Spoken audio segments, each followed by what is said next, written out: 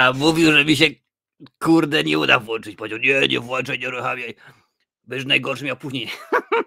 Nie udało mu się. Ono, już leci. Ono, już leci. Coś ty zrobił? No co, jak co? Uruchomiłem te twoje cusie. Stary, nie możesz, tak nie możesz. Normalnie to ja muszę to wszystko poprowadzić, a nie ty. Co tu się dzieje w ogóle? Co tu się dzieje? Dzień dobry panie i panowie. Przepraszam was bardzo za tego bluzganego, ale akurat stwierdził, że skoro w tym roku po raz wtóry oczywiście, po raz chyba 12 przyznajemy nagrody dla najlepszych i najgorszych filmów, to te najgorsze to on musi poprowadzić. No i on będzie prowadził te najgorsze, więc dosyć będzie się konkretnie się działo. Witam wszystkich bardzo serdecznie, jak co niedzielę. Oczywiście pierwszy odcinek w tym roku, więc fajnie, że jesteście. Ja nazywam się Marcin Skruch i dzisiaj wybierzemy sobie te najgorsze i najlepsze filmy minionego roku.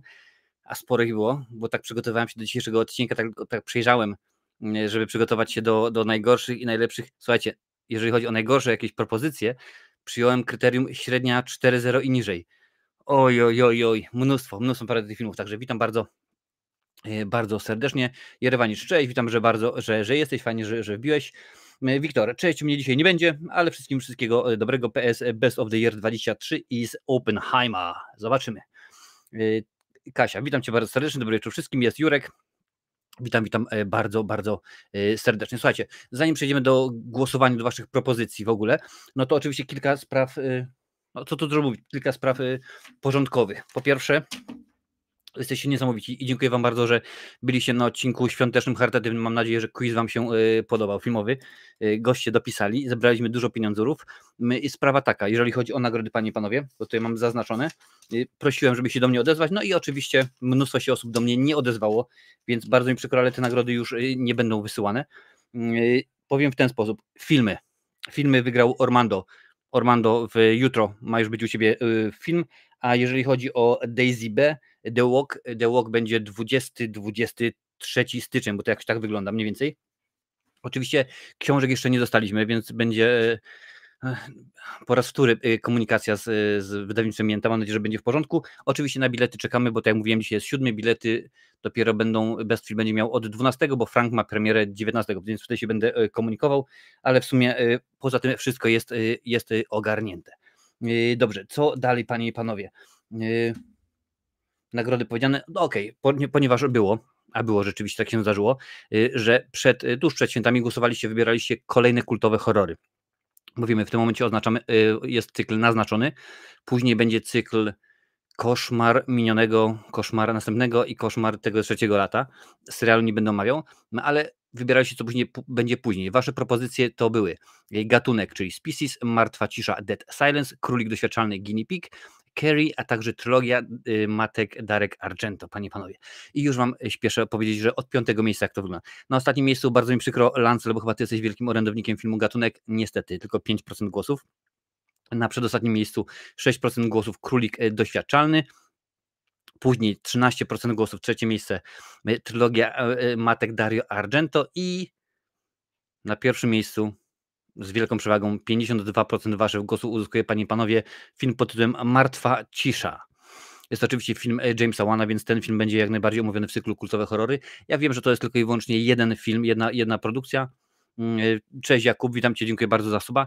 Ja wiem, że to jest tylko i wyłącznie jedna produkcja, więc zrobimy w ten sposób, że no, nie będzie najpierw recenzja, potem odcinek z ciekawostkami, będzie to jeden dłuższy odcinek, gdzie zrecenzuję ten film oraz powiem, jak powstawał film, jakie były problemy, dlaczego Lee Wannell, czyli scenarzysta, powiedział, że więcej czegoś takiego z tym scenariuszem nie zrobi, bo tak po prostu jego potraktowało studio i tak dalej.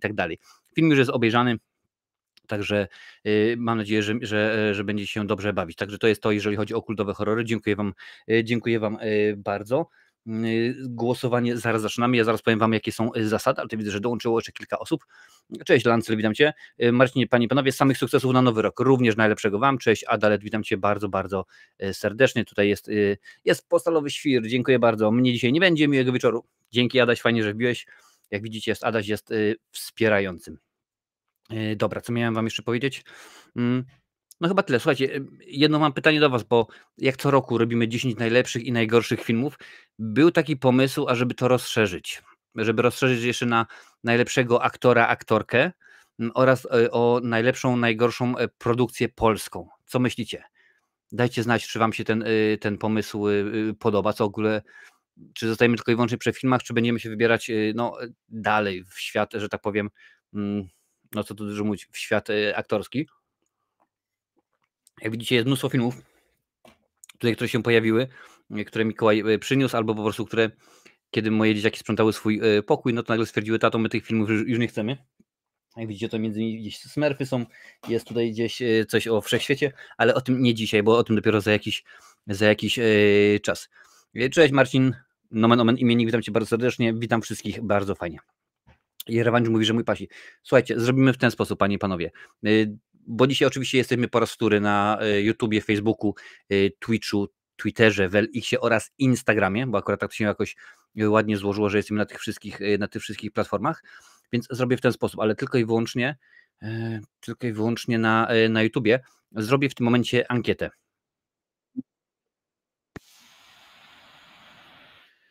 Wiedzieli, bo też nie chcę, żeby tego było za dużo i też żeby to trwało nie wiadomo ile. Pokaż mi, jak się robi ankietę. Muszę tutaj zobaczyć, jak się robi ankietę. Rozpocznij ankietę, proszę bardzo. Czy dodajemy kategorie aktorskie?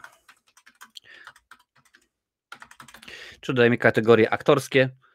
Odpowiedź tak i nie. W tym momencie rozpoczynam ankietę. Krótko mówiąc, kategoria aktorska, czyli najlepszy aktor i najgorszy aktor, najlepsza, najgorsza aktorka, a także w tym momencie dodamy film, więc jesteśmy spok. Jakiś film od Gwiazdora u mnie był Mikołaj, ale był rzeczywiście, ale o tym mówię, to będzie za czas jakiś. Jest ankieta na YouTubie, możecie ją wypełniać. Umówmy się, że jest w tym momencie 19:11, u mnie czy u was 20:11, do 20:15. Do 20:15 sobie głosujecie. A ja wam powiem, o co mi chodzi, jakie będą zasady dzisiejszego głosowania. Dzisiaj ustalacie, bo to wy oczywiście tylko i wyłącznie nominujecie, dajecie 20 filmów.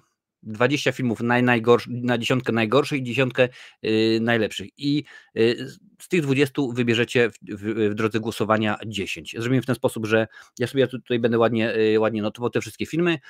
Zrobię ankietę. Oczywiście to nie może być na YouTubie, ponieważ YouTube pozwala tylko 5 rzeczy, jeżeli chodzi o ankietę w karcie społeczności, ale będzie link zewnętrzny i umówmy się, we środę postaram się tę ankietę wystartować i ona będzie trwała aż do 31 stycznia. Jest to również nomen omen środa, czyli do końca miesiąca macie czas, ażeby zagłosować i wtedy 4 lutego, bo to będzie pierwszy odcinek zaraz po tym, zrobimy tak, że no, będzie ceremonia wręczenia, powiedzmy, nagród, tym wszystkim najlepszym i najgorszym.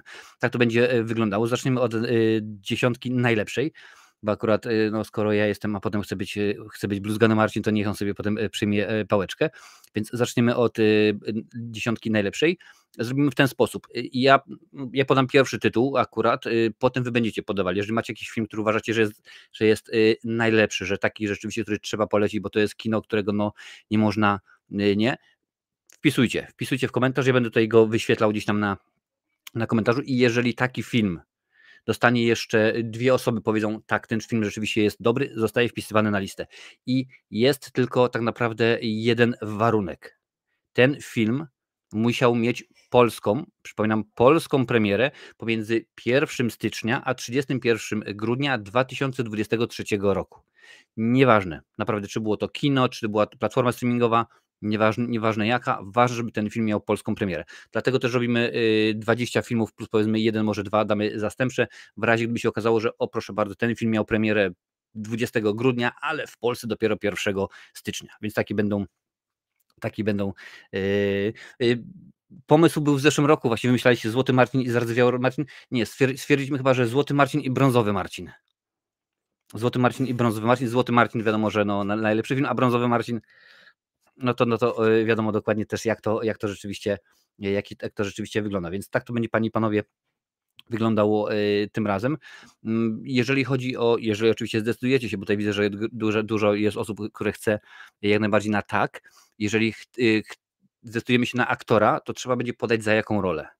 Nie na przykład, że powiedzmy, nie wiem, Cezary Pazura, bo nie podobał mi się, jak wystąpił w Nic Śmiesznego i był bez... Nie. Cezary Pazura na przykład za film, który miał swoją premierę w 23 roku, a nie tak nagle, że w ten sposób. No i będzie trudniej, mi się wydaje, że tutaj chyba skupimy się tylko i wyłącznie na piątce, chyba że wam jakoś to w miarę sprawnie pójdzie. Słuchajcie, patrzę teraz w tym momencie na ankietę i nie będziemy tego rzeczywiście przedłużać, bo jest 90% na tak, a 10 na nie, więc dorzucimy też najlepszych i najgorszych aktorów i najlepszy polski film, panie i panowie, no bo nie ma co się nie ma co się wygłupiać, nie ma rzeczywiście co kombinować, nie ma co jak najbardziej tak robić. Słuchajcie, ja sobie tutaj wezmę długopisik i karteczkę, będę zapisywał. Zaczniemy od najlepszych filmów, tylko muszę oczywiście wyświetlić, żeby się pokazywało, bo ja lubię jak się to wszystko fajnie pokazuje. Proszę bardzo.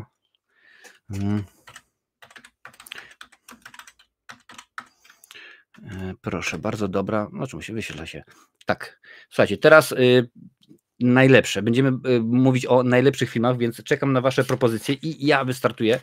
Pierwszy film, jaki chciałem ja zaproponować, żeby go wrzucić pod głosowanie. Pewnie źle napisałem, ale jeszcze sprawdzę raz.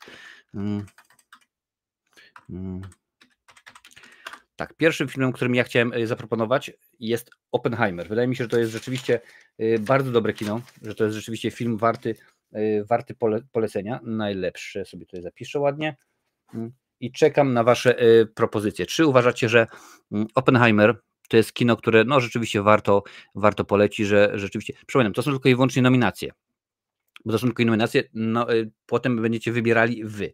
Na razie zbieramy dzisiaj nominacje, więc dawajcie znać, muszę chyba sprawdzić, bo coś strasznie wolno.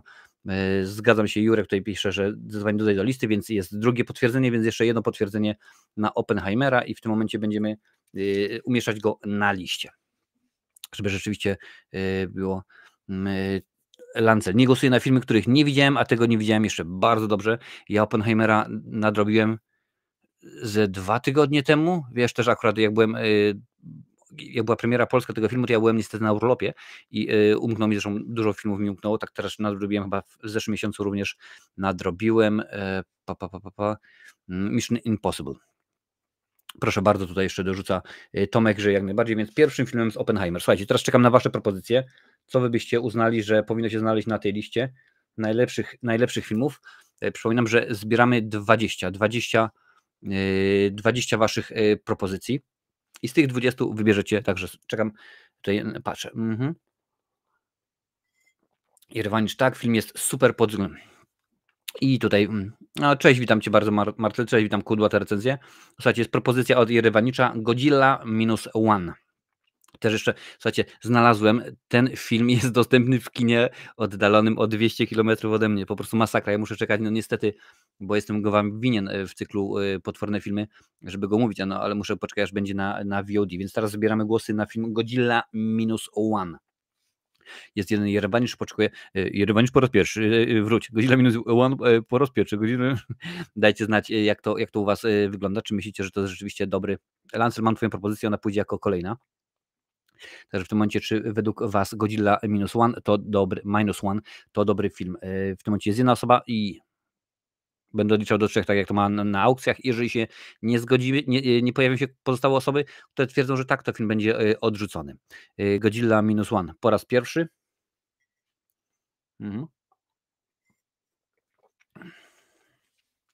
Godzilla Minus One po raz drugi. Ok, Jurek daje, że może być, więc potrzeba jeszcze jednej osoby, która powie, że Godzilla Minus One jest rzeczywiście filmem wartościowym i chcecie go na liście nominowanych do najlepszych filmów 2023. Zrobię rozpiskę. No i w tym momencie, panie i panowie, Godzilla Minus One po raz trzeci. No bardzo mi przykro, Godzilla nie znalazł uznania w oczach naszych widzów, więc w tym momencie Godzilla się nie pojawi, nie będzie nominowany. Propozycja Lancela, Piła X. Piła X, Lancel nam proponuje Piła X, nowy odsłona z Tobinem Bellem, tak, o Jigsole. O Jigsolu się chyba w ogóle nawet nie powinno odmieniać, no ale jakoś tak rzeczywiście tak to wygląda, że jest. Więc mamy Piła X. Kudłata recenzja, jestem za Piłą, czyli Piła X po raz 1, po raz 2, więc jeszcze jedna osoba, czekam na wasze. A w ogóle wiecie co, ja powinien, żeby to nam nie trwało zbyt długo, to ja powinienem mieć gdzieś tutaj odliczajkę z tego, z Piła. O, jeszcze Jarkos podrzucił, że tak, Piła, więc nie ma problemu. Piła X wbija na listę. Czekajcie, ja tu gdzieś miałem odliczajkę, muszę sobie znaleźć. I będzie w tym momencie spokojnie czas. Pokaż mi, czy ten czas to jest ten czas, ja myślę. Okej. No chyba to rzeczywiście nie ten czas. Pokaż. Nie wyświetla się. No coś pewnie jednak chyba możliwe, że już go po prostu usunąłem i go nie ma. Live czas nie ma. No, chciałem dobrze, a wyszło jak zawsze oczywiście. Czyli mamy Piłę. Dobra, Piła jest już w tym momencie. Tutaj była dziś kolejna propozycja od kudłatego. Willy Wonka, czyli Wonka, czyli najnowszy film z Timothée Chalamet w roli głównej. Więc zobaczymy, jak to będzie wyglądało. Czy ja mogę w ogóle sobie to ogarnąć w międzyczasie, jak tutaj prowadzę i zrobić ten czas jeszcze raz. No zobaczymy. W tym momencie Piła, panie i panowie. Byłoby fajnie, byłoby sensowniej, byłoby szybciej, a rzeczywiście nie byłoby zabawienia się z tym, jak najbardziej, że długo czekamy, abyście dokładnie wiedzieli. Okej, mamy Piła jest od Jarkosa, Piła jest od Wiktora i Piła od Lancela. Nie, teraz jest Wonka. Teraz jest Wonka, panie i panowie. Także Willy Wonka. Jest jedna propozycja. Willy Wonka po raz pierwszy.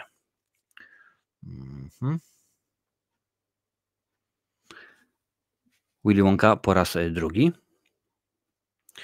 Ja sobie coś sprawdzę, gdzie ten czas jest. Gdzie może być ten czas.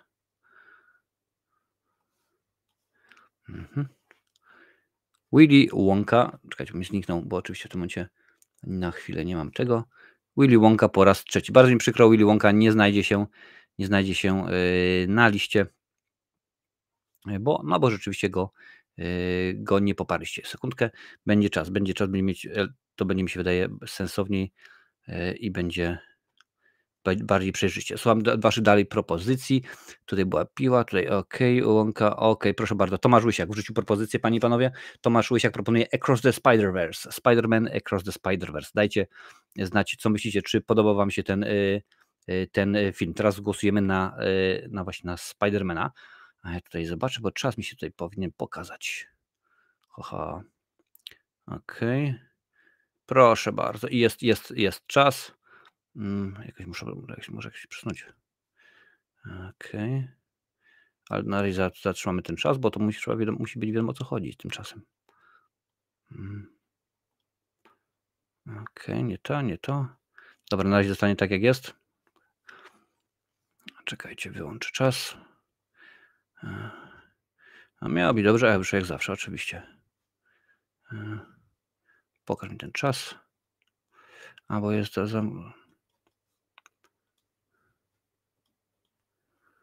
Gdzie on jest?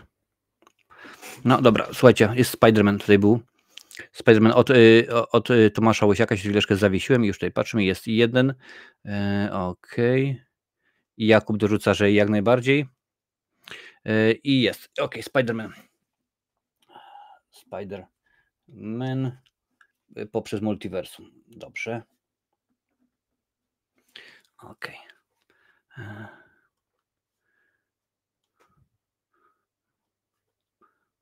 Widzisz, mam czas. Zrobimy tak, żeby było super. Proszę bardzo.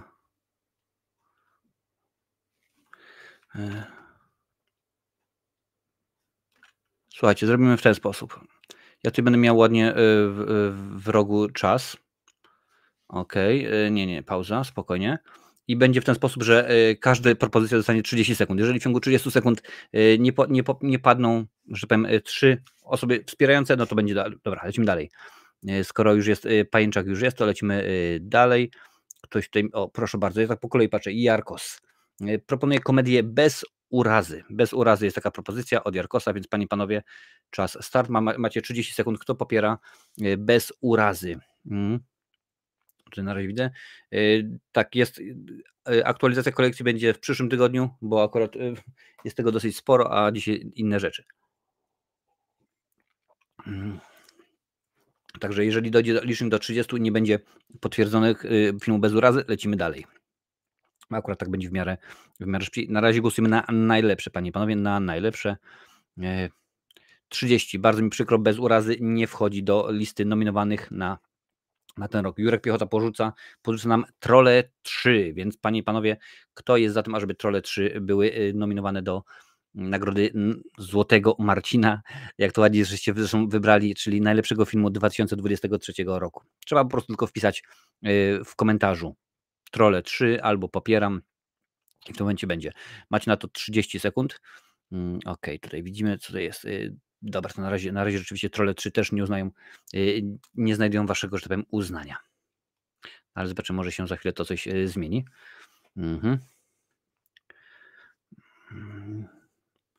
Nic nie mam.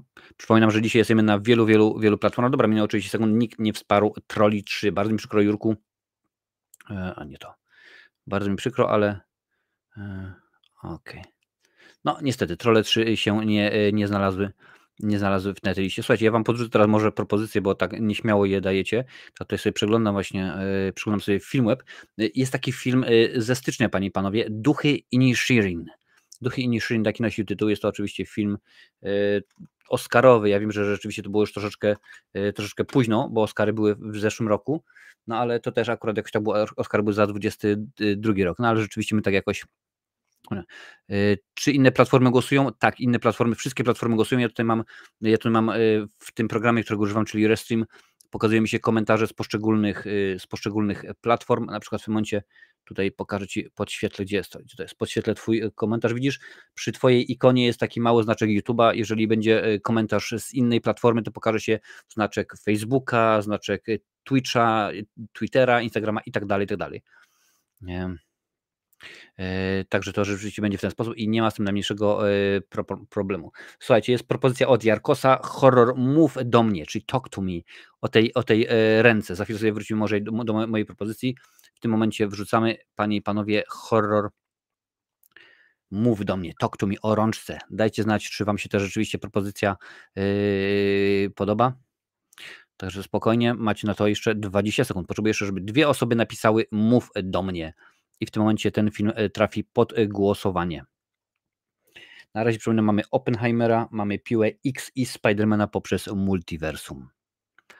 Nikomuś nie podoba Mów do mnie? No to dziwne.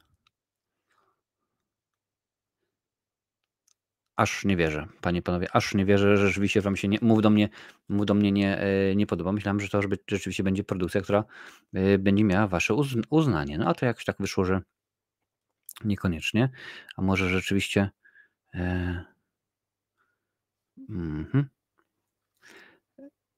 Już tutaj zrobimy coś jeszcze.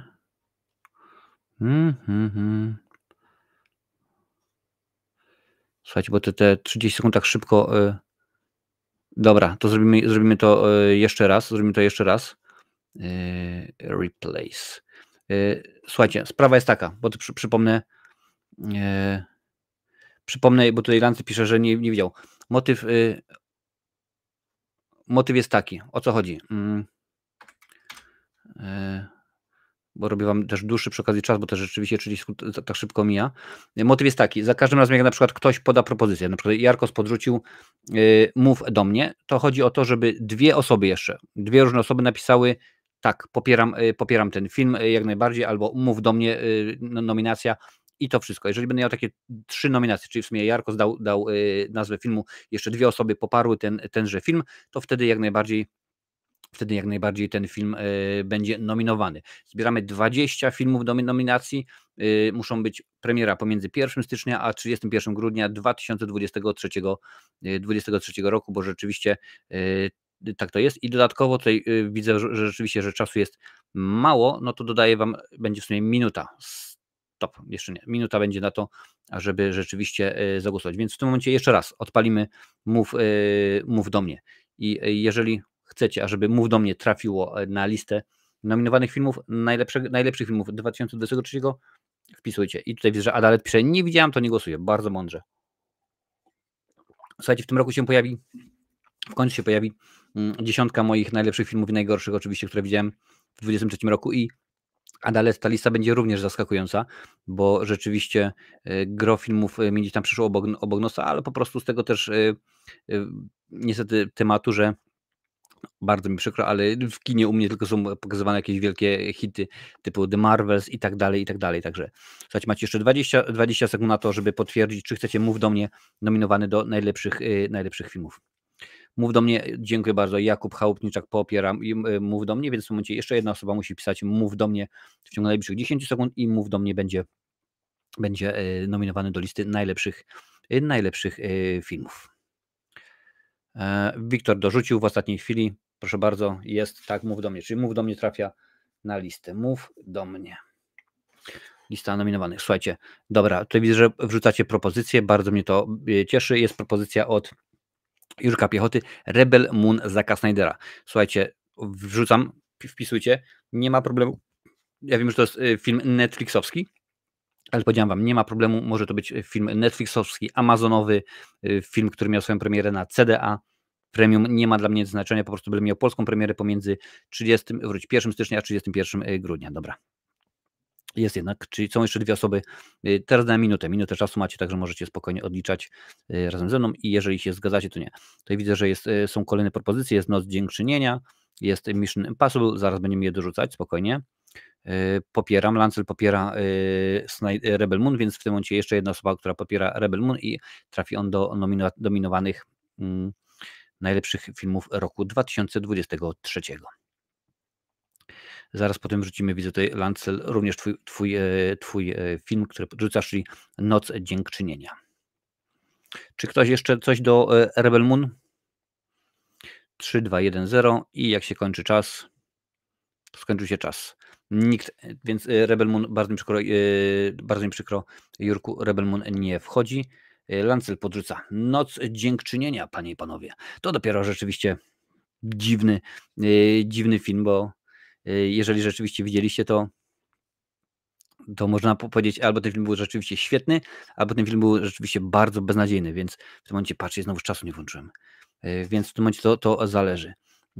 Tak, za chwilę pójdzie propozycja Martwego Zła, bo tutaj widzę, że i Adalet się, że tak powiem, domaga i Wiktor również. Teraz w tym momencie jest Noc Dziękczynienia. W tym momencie o tym filmie mówimy.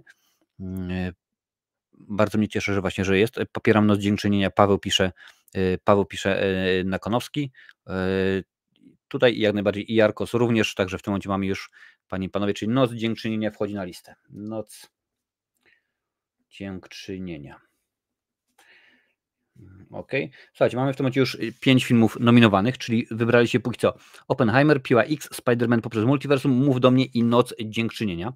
Więc jak na razie te 5 filmów jest nominowanych. Bardzo mnie to cieszy. Tutaj rzeczywiście było wcześniej, ktoś tutaj jeszcze podał. Tak, Wiktor wrzucił, proszę bardzo, Martwe Zło Przebudzenie. Zresztą Adalet również w tym momencie wrzuciła Martwe Zło Przebudzenie, więc Martwe Zło Przebudzenie, panie i panowie. W tym momencie jeszcze potrzebuję jedną osobę, która będzie zainteresowana stwierdzeniem jak najbardziej.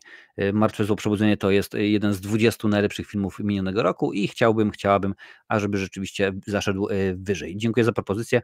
Martwe Zło Rewelacja pisze Lancel, więc domyślam się, że jest on trzecią osobą. Martwe Zło wjeżdża na listę. Martwe Zło Przebudzenie. Dobra. Patrzymy dalej, co tutaj wrzucacie, jakie inne propozycje. O, Jurek wrzucił jeszcze. Jurek Piechota wrzucił Indiana Jones, 5, czyli najnowsza, ostatnia teoretycznie odsłona filmu z Harrisonem Fordem. On powiedział, że już dziękuję bardzo, ja już więcej nie chcę, więc zobaczymy, jak to będzie. Mamy Indiana Jones po raz pierwszy. Macie minutę na to, ażeby się zdecydować, czy tak, czy nie. Ja sobie zacząć wleję herbatki. Oczywiście, ponieważ jest zima, dzisiaj zaczęło w ogóle temperatura -1 stopień. -1 stopień w końcu przymroziło. No to herbatkę z cytrynką sobie zrobiłem. Mówię, żeby nie było, że nie. W tym momencie na Indiana Jonesa głosujemy. Właściwie czekam aż wy. Jest na razie jeden od Jurka Piechoty. Za chwilę pójdzie propozycja Jarkosa. Bo Jarkos rzeczywiście wrzucił kolejną. Także to akurat będzie ta propozycja. Zaraz zobaczymy. Macie jeszcze 10 sekund, żeby zagłosować na Indiana Jonesa.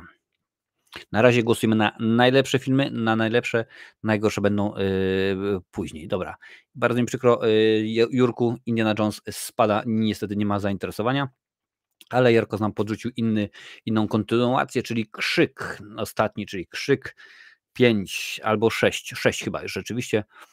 Także teraz na Krzyk głosujecie. No na razie wiadomo, że są ogromne problemy z kolejną częścią, bo jedną aktorkę wywalili, druga odeszła.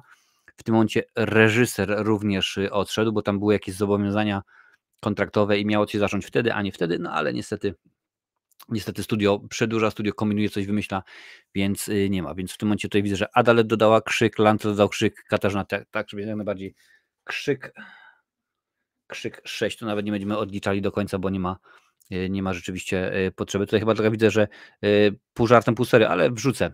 Kokainowy miś od Wiktora. Czy panie i panowie myślicie, że Miś to jest film wart polecenia? No wpisujcie. Ja powinienem mieć swoje zdanie na ten temat i mam, bo film oczywiście obejrzałem, a poza tym był kręcony w hrabstwie Wicklow, gdzieś w Irlandii, bo to był chyba jedyny kraj, albo jeden z niewielu, który tam, że tak powiem, pozwalał kręcić w trakcie pandemiksa. Więc tak jak to wygląda. A dzisiaj jest ten pomysł. Patrzę tutaj, zaraz będzie kolejny pomysł. Widzę, że jest znowu pomysł Lancela, a potem pójdzie pomysł Tomasza Łysiaka. Więc macie jeszcze chwilę, żeby się zdecydować, czy Misiek to rzeczywiście, no to potem zapoczątkowało, bo pamiętam, że rozpoczął się Misiek, potem był, albo miał być, nie, ale już chyba był pewnie kokainowy rekin. Rzeczywiście jakiś taki niekoniecznie. A niech będzie Misiek, pisze Jurek Piechota. Proszę bardzo, więc jeszcze jedna osoba potrzebna i Misiek się znajdzie na liście. Ja oczywiście później będę weryfikował, czy te wszystkie filmy są z 2023 roku, polska premiera. Czas minął, bardzo mi przykro, nie ma trzeciej osoby do Miśka, więc no niestety. Więc teraz propozycja Lancla. John Wick, część 4. Panie i panowie, czas start. Czy rzeczywiście popieracie ten film, czy popieracie ten tytuł? No oczywiście. Dlatego wybierzemy sobie 22-3, że gdyby naprawdę okazało się, że panie i panowie, proszę zobaczyć. Ken Carpenter. Hello Ken, how you doing? Marcin, the best to you, buddy. Best to you. Happy New Year to you too, Kenny. Panie i panowie, na pewno kojarzycie, jakiś czas temu prowadziłem rozmowę z Kenem Carpenterem. Kojarzycie go na pewno z filmu Hellraiser, część 3. Także bardzo mnie to cieszy. Tam wcielał się w rolę Cenobity. Hope to talk you soon, Ken. Hope to talk you soon about the progress on your new movie. Bo pamiętajcie, panie i panowie, Ken na podstawie jego książek będzie nakręcony nowy film. Kogo tutaj mamy w tym momencie, o czym my mówiliśmy? Ja tu tak się wybite, o Johnie Wicku mamy. John Wick po raz pierwszy, John Wick po raz drugi, po raz trzeci, John Wick 4. John Wick 4 i jak najbardziej. Likewise, brother. Good to hear from you, Kenny. Good to hear from you. I see that lads really appreciate you. Dobra, panie i panowie. John Wick 4 znalazł się najbardziej na liście, bo tutaj widzę, że był podrzucony, ale też wcześniej ktoś podrzucił jakieś inne propozycje. Tutaj był Tomasz Łysiak. Mission Impossible, część 7. Mission Impossible Dead Reckoning Part 1, czyli taki dwuczęściowy film, czyli taki jak Fast X, więc rzeczywiście teraz ten film. Więc zobaczymy, jak to wam pójdzie. Nadrobiłem, bo on akurat jakoś tak się pojawiał wtedy, kiedy właśnie pojawił się Oppenheimer, Barbie i Mission Impossible. Akurat wtedy byłem na urlopie i nie miałem możliwości obejrzenia. Według mnie dobre, solidne kino. Mission Impossible to rzeczywiście kino, które można spokojnie sobie obejrzeć i nie ma z tym najmniejszego problemu. No my oczywiście wiemy. O, proszę bardzo, tutaj jest Jarko zrzuca tak i jeszcze Lancel, Paweł popiera jak najbardziej, więc wbijamy, więc Mission Impossible 7 i jest na liście, nie będziemy dalej odliczać, bo nie ma potrzeby. Patrzymy, jakie tutaj są inne propozycje od was, gdzie byłem, Mission Impossible 7, dobrze, ktoś tutaj miał coś jeszcze wrzucił. Misiek, o proszę bardzo, Jakub wrzucił. Jakub Chałupniczak daje nam, panie i panowie, Barbie. Czy są osoby, którym się Barbie podobała i stwierdzacie, nie ma problemu?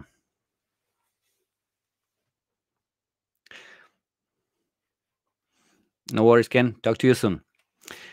Barbie, panie i panowie, czy uważacie, że film Barbie to jest rzeczywiście kino godne polecenia, kino ważne i może rzeczywiście być, czy jednak nie, trochę przekombinowali, to, że tam pojawia się Margot Robbie, to nie spodziewa.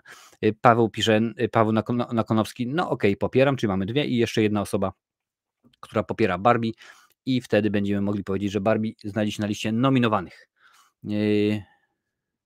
Ja na Barbie usnąłem, nie dla mnie, pisze Lancel. No słuchaj, nie dla każdego musi być każdy film, prawda, bo to wtedy byłoby beznadziejnie, jeżeli przyznam wam, że jeżeli byłoby tak, że nagle mówimy, o, ten film jest dobry i nagle wszyscy mówią, ten film jest dobry, albo ten film jest zły, ten film jest zły. Więc jeszcze 10 sekund macie, żeby poprzeć Barbie, albo nie. I będziemy widzieli, czy rzeczywiście Barbie się wbija. Bardzo mi przykro, panie i panowie, ale niestety Barbie nie trafi. Chociaż jeszcze Jurek wrzucił. No dobra, to niech będzie. I tak jeszcze wybierzemy dużo filmów. Już zacząłem mówić, ale niech będzie. Dobra, patrzę na inne tytuły, które też się podrzucali wcześniej. John Wick to dobra. Panie i panowie, sekundkę patrzę. O, jest pomysł od Wiktora Jędrychowskiego. When Evil Lurks. Nie wiem, czy kojarzycie taką produkcję. Ja akurat w tym momencie póki co nie, ale sobie tutaj sprawdzę. Ale czasu nie włączyłem. Patrzcie, jaka ze mnie. Jest, poszedł czas. When Evil.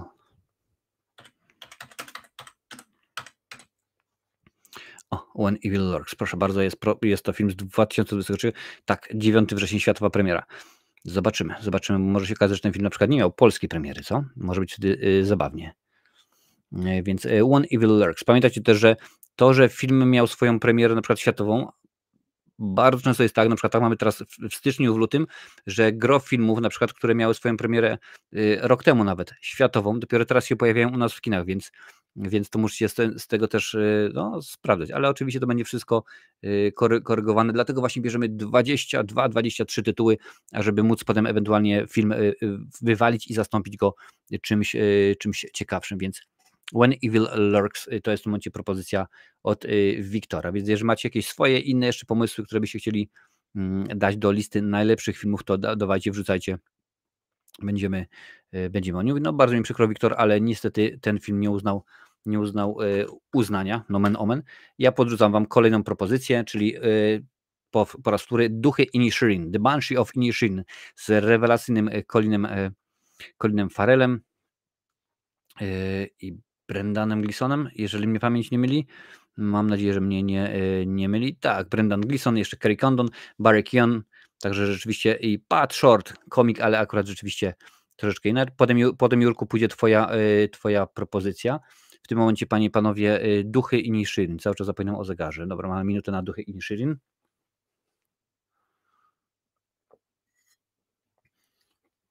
Ja powiem wam tak, że będzie 10 najlepszych moich filmów i biorąc pod uwagę, jakie propozycje na przykład odpadają, no to już wiem, że ona będzie się różniła znacznie od tego, co wy tutaj proponujecie.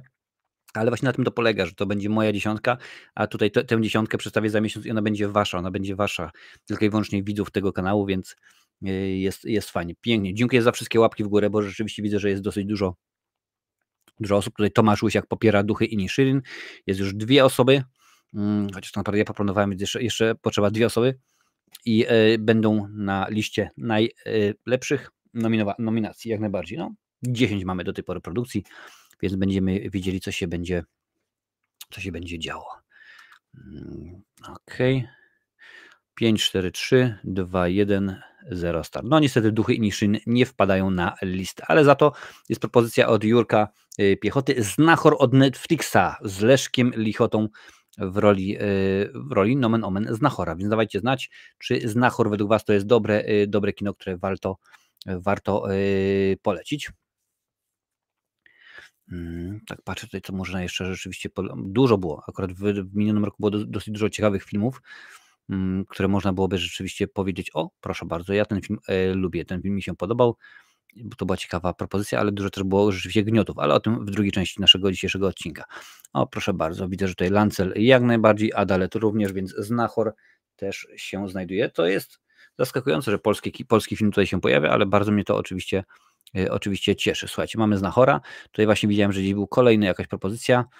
Propozycja od Lancela, bardzo dzisiaj aktywny. Dungeons and Dragons, D&D. Ten film proponuje nam Lancel. Ja tutaj wybiorę jakieś konkretne. Widzę, że wznowiony był w zeszłym roku po raz wtóry Titanic. W lutym się pojawił, no ale zobaczymy. Teraz, panie i panowie, Dungeons and Dragons. czyli ten film, czy rzeczywiście uznał wasze, czy uznajecie, że ten film jest rzeczywiście dobry, bo no to teoretycznie to jest film oparty na grze, no ale nie na grze wideo, jak dobrze wiemy, tylko oczywiście na grze planszowej,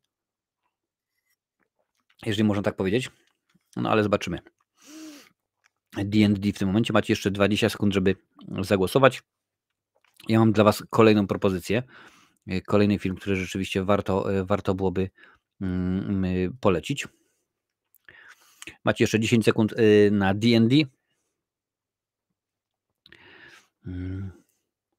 No i wygląda na to, panie i panowie, że D&D nie trafi na listę waszych nominacji.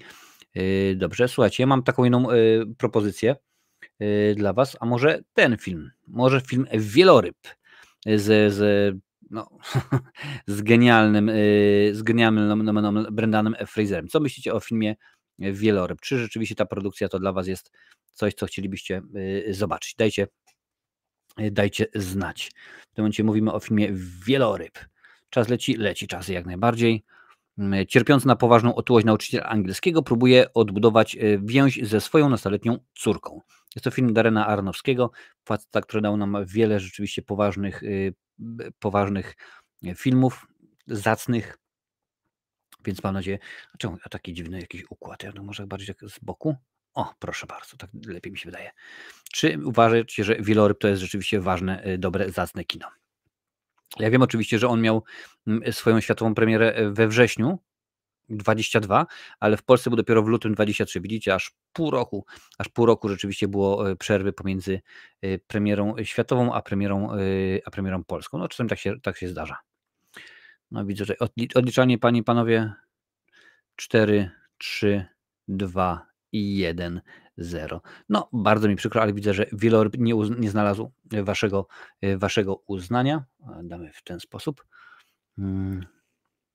No, widzę, że tutaj teraz ja muszę coś sprawdzić, co jest z tym czatem, bo rzeczywiście wy się odzywacie, ale to jest dosyć późno. Ja uznam Wieloryba, ale właśnie muszę zobaczyć, co jest grane, bo mam tutaj włączę sobie YouTube'a podgląd, bo może rzeczywiście coś się późno te rzeczy wyświetlają. Dobra. Damy Wieloryba. Wieloryb. Okej, będziemy tutaj zaraz patrzeć. Patrzę, czy jakieś kolejne propozycje tutaj przeglądam sobie. Jest. Cześć Katarzyna, cześć, witam cię bardzo serdecznie. Chyba czat ma opóźnienie. Tak mi się wydaje, wiesz, więc jakoś tak zobaczę, ja to zaraz sobie sprawdzę, wiesz. Włączę sobie tutaj YouTube'a i zaraz wam udostępnię czat. Słuchajcie, kolejna moja propozycja ode mnie to film, no również według mnie bardzo, bardzo ciekawy, bardzo interesujący. W tym momencie mowa o filmie Tar. Już tutaj patrzę na ten, włączam odliczajkę. Czas start. Aha, no więc dosyć sporo jest opóźnienia, jakieś mniej więcej 10 sekund jest. Co ja mówię, a tym rzeczywiście to dociera do was, panie i panowie. Film Tar. Czy rzeczywiście chcielibyście ten film zobaczyć? Kolejna propozycja, patrzcie, 1 września 22, 24 lutego 23. Znowuż pół roku od premiery światowej do premiery polskiej. Więc teraz sobie tutaj patrzę, ile tutaj mamy czasu. Tutaj jest, już patrzę na YouTubie, tutaj mi pokazuje 27, 28, 30, a tutaj jest ile? 10, tak, jest dokładnie 10 sekund opóźnienia, panie i panowie, dokładnie 10 sekund opóźnienia pomiędzy tym, co ja mówię, a co wy widzicie, więc no, przyjmuję, że powiedzmy, jeżeli będzie na styk, no to jak najbardziej to weźmiemy pod uwagę.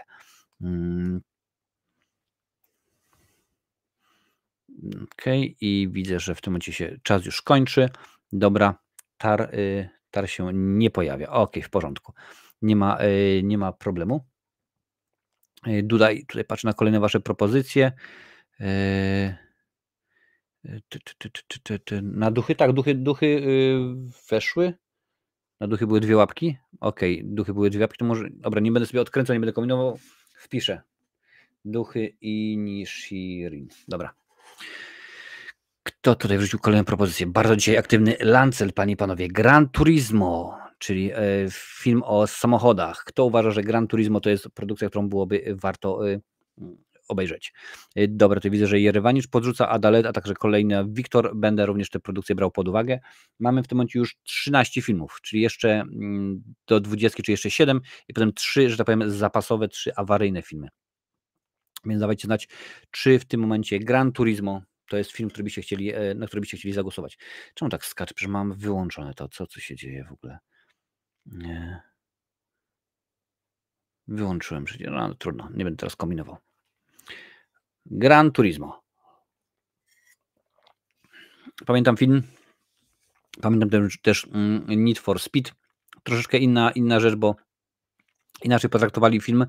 W Need for Speed po prostu się ścigali, a Gran Turismo był, można powiedzieć, osadzony w świecie. Jeżeli pamiętacie, tutaj widzę, że Jerewanicz podrzuca, że +1 na Gran Turismo, więc jeszcze w tym momencie jedna osoba i Gran Turismo będzie trafi do nominacji na najlepszy film 2023. No ale się niestety nie pojawiło, więc Gran Turismo się nie wbija, panie i panowie. Co tutaj dalej mamy? Jest Jerewanicz. Jerewanicz podrzucił, panie i panowie, Strażnicy Galaktyki, a to masz Godzillę tam. Strażnicy Galaktyki, część 3. No to odliczamy. Minutka czasu na to, ażeby zagłosować na Strażników Galaktyki, część 3. Tak sobie przelatuję między tutaj przez Filmweb, patrzę, co ciekawego rzeczywiście było w zeszłym roku.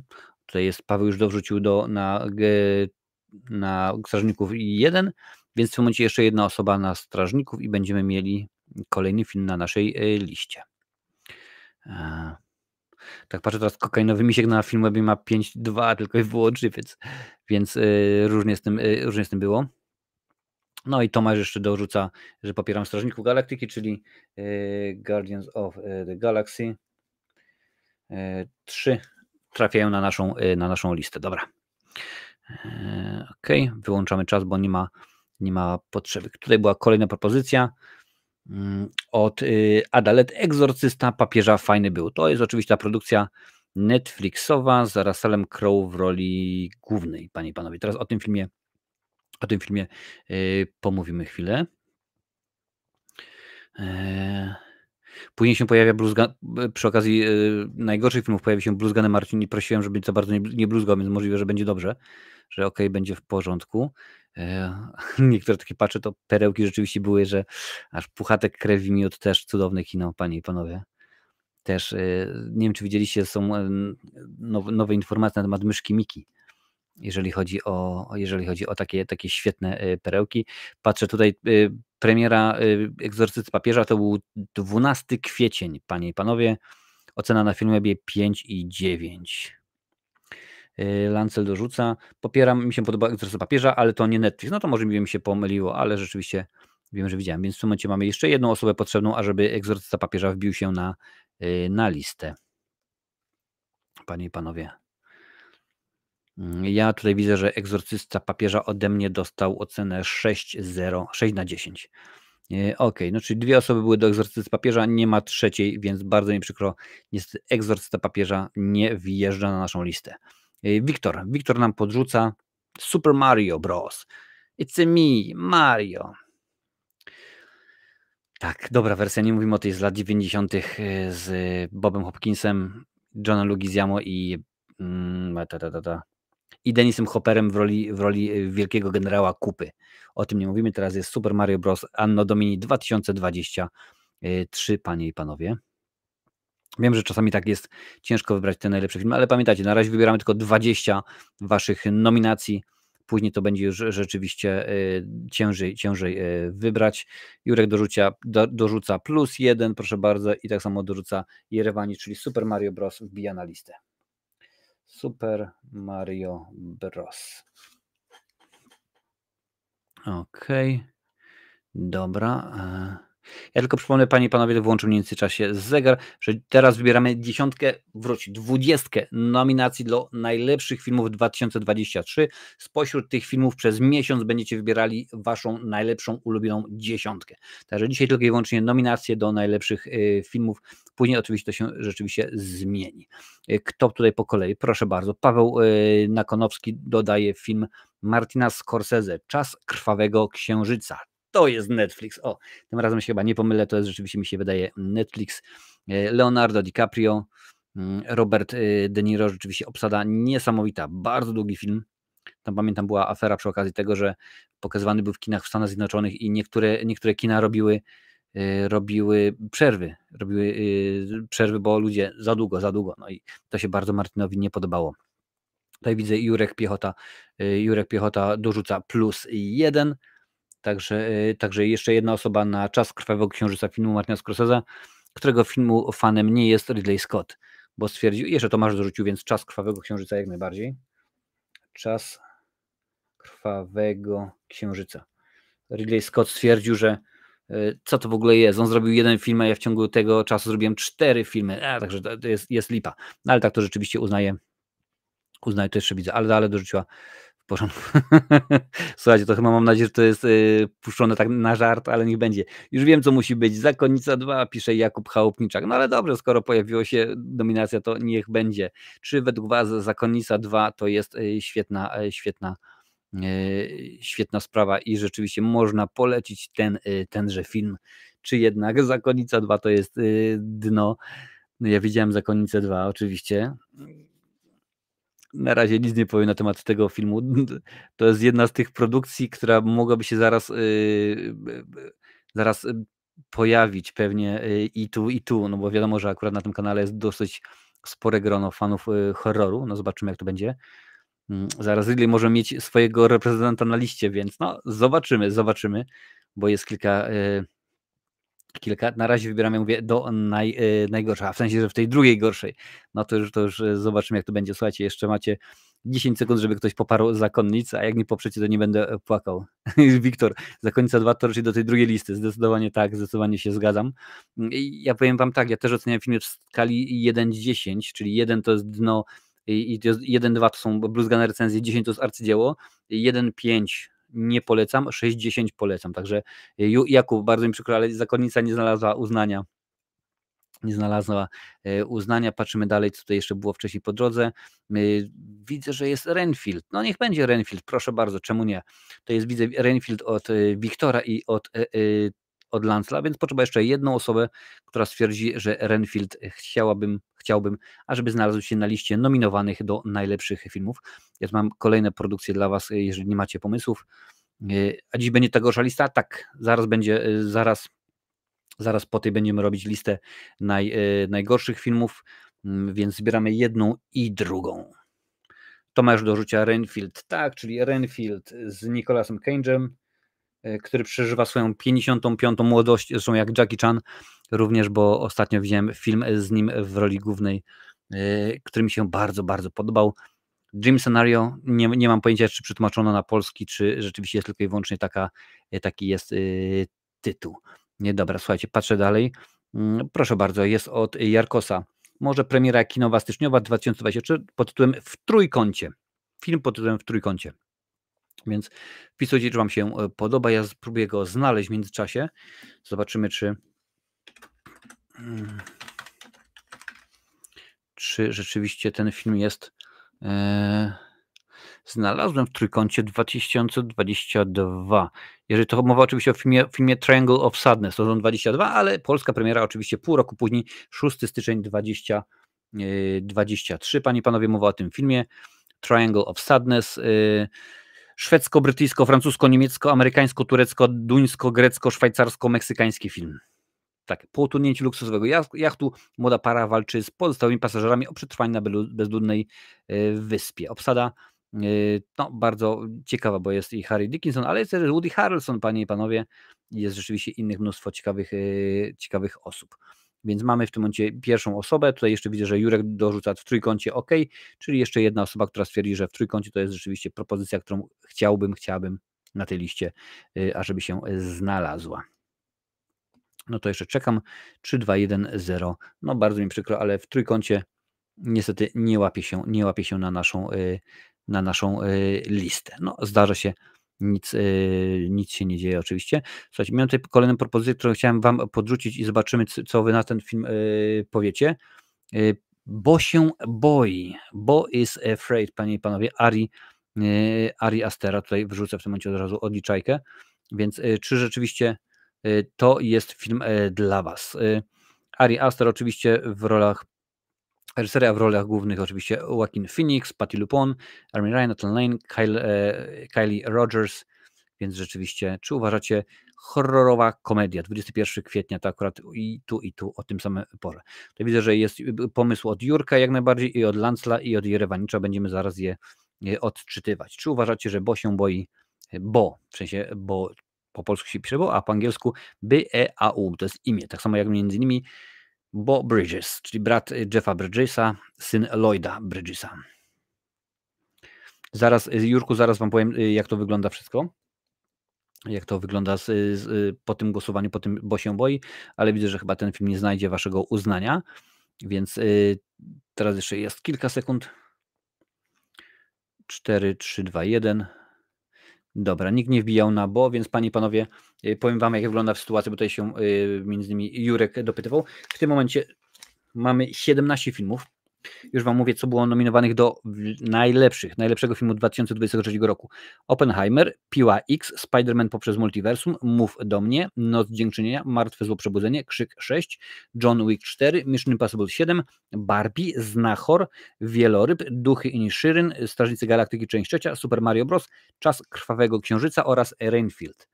Te propozycje są, więc jeszcze zbieramy w tym momencie 3 wasze propozycje filmów, które uznajecie, że są najlepsze i zrobimy jeszcze 3 zapasowe. Takie, które, no gdyby się okazało, że jeden z tych filmów na przykład miał swoją premierę, ale w Polsce 31 grudnia albo nie miał polskiej swojej premiery, no to w tym momencie tak to będzie, więc jeszcze 3 premiery od was. I zaczniemy od Jurka, bo Jurek podrzuca horror Megan albo Megan, jak kto woli. Czyli współczesna wersja laleczki Chucky, czy jakoś tak. W tym momencie już wiadomo, że druga część Megan jest w drodze. W ogóle tak się zaczęło, że ten film miał być od 18 roku życia, ale kiedy wypuścili zwiastun tam powiedzmy bez krwawych rzeczy, no to się okazało, panie i panowie, że młodzież, że dzieciaki na TikToku oszalały, no i stwierdzono, a gdybyśmy tak na przykład ucięli tutaj, a tutaj wycięli i to by nie pokazali, no to będzie rzeczywiście rewelacyjny. I tak się stało, powycinali i zrobili z tego zamiast X, NC17 jakoś tak, w każdym razie zrobili z tego PG-15 bodajże. Okej, tutaj widzę, że Lancel podrzuca, że Megan tak, więc jeszcze jedna osoba jest potrzebna i Megan trafi do nominacji na listę nominowanych za najlepszy film 2023 roku. Okej, zaraz po tym pójdzie pomysł kogo tutaj mamy pomysł? Widzę, że jest pomysł od Jerewanicza. No, bardzo mi przykro, Megan nie znalazła uznania. Nie, to przeskoczyło mi, ale widzę, że jeszcze Jerewanicz się dorzucił, więc niech będzie, bo to rzeczywiście dzisiaj tak jakoś z opóźnieniem wszystko działa, więc Megan tak. Co tutaj było dalej? Jerewanicz również podrzucił Extraction 2, moja propozycja. Extraction 2 to jest Tyler Rake, to jest z Chrisem Hemsworthem, znanym również jako Thor. Z nim jest rzeczywiście ta produkcja. To jest, tym razem się na pewno nie walnę, to jest produkcja Netflixowa. Za film odpowiedzialny jest były kaskader, więc jeżeli chodzi o warstwę techniczną, film rzeczywiście jest bardzo dobrze zrobiony. Także rzeczywiście jest w porządku. Tutaj widzę, że Tomasz Łysiak proponuje Dungeons and Dragons. Było wcześniej, niestety nie znalazło waszego uznania, więc D&D nie trafiło na listę, jeżeli mnie pamięć nie myli. Także bardzo mi przykro. Okej, w tym momencie jest kilka osób, bardzo mi to cieszy. Słuchajcie, teraz Extraction 2, Tyler Rake, Chris Hemsworth w roli niesamowitego najemnika, takiego wiecie, MacGyvera, zabili go i uciekł, armata z krawata, wszystko się da zrobić, wszystko można wymyśleć. Co tutaj jeszcze może być? Szybcy i wściekli, no niekoniecznie. Czekam na wasze dobra. Nie, bardzo mi przykro, wygląda na to, że tenże film nie znalazł waszego uznania.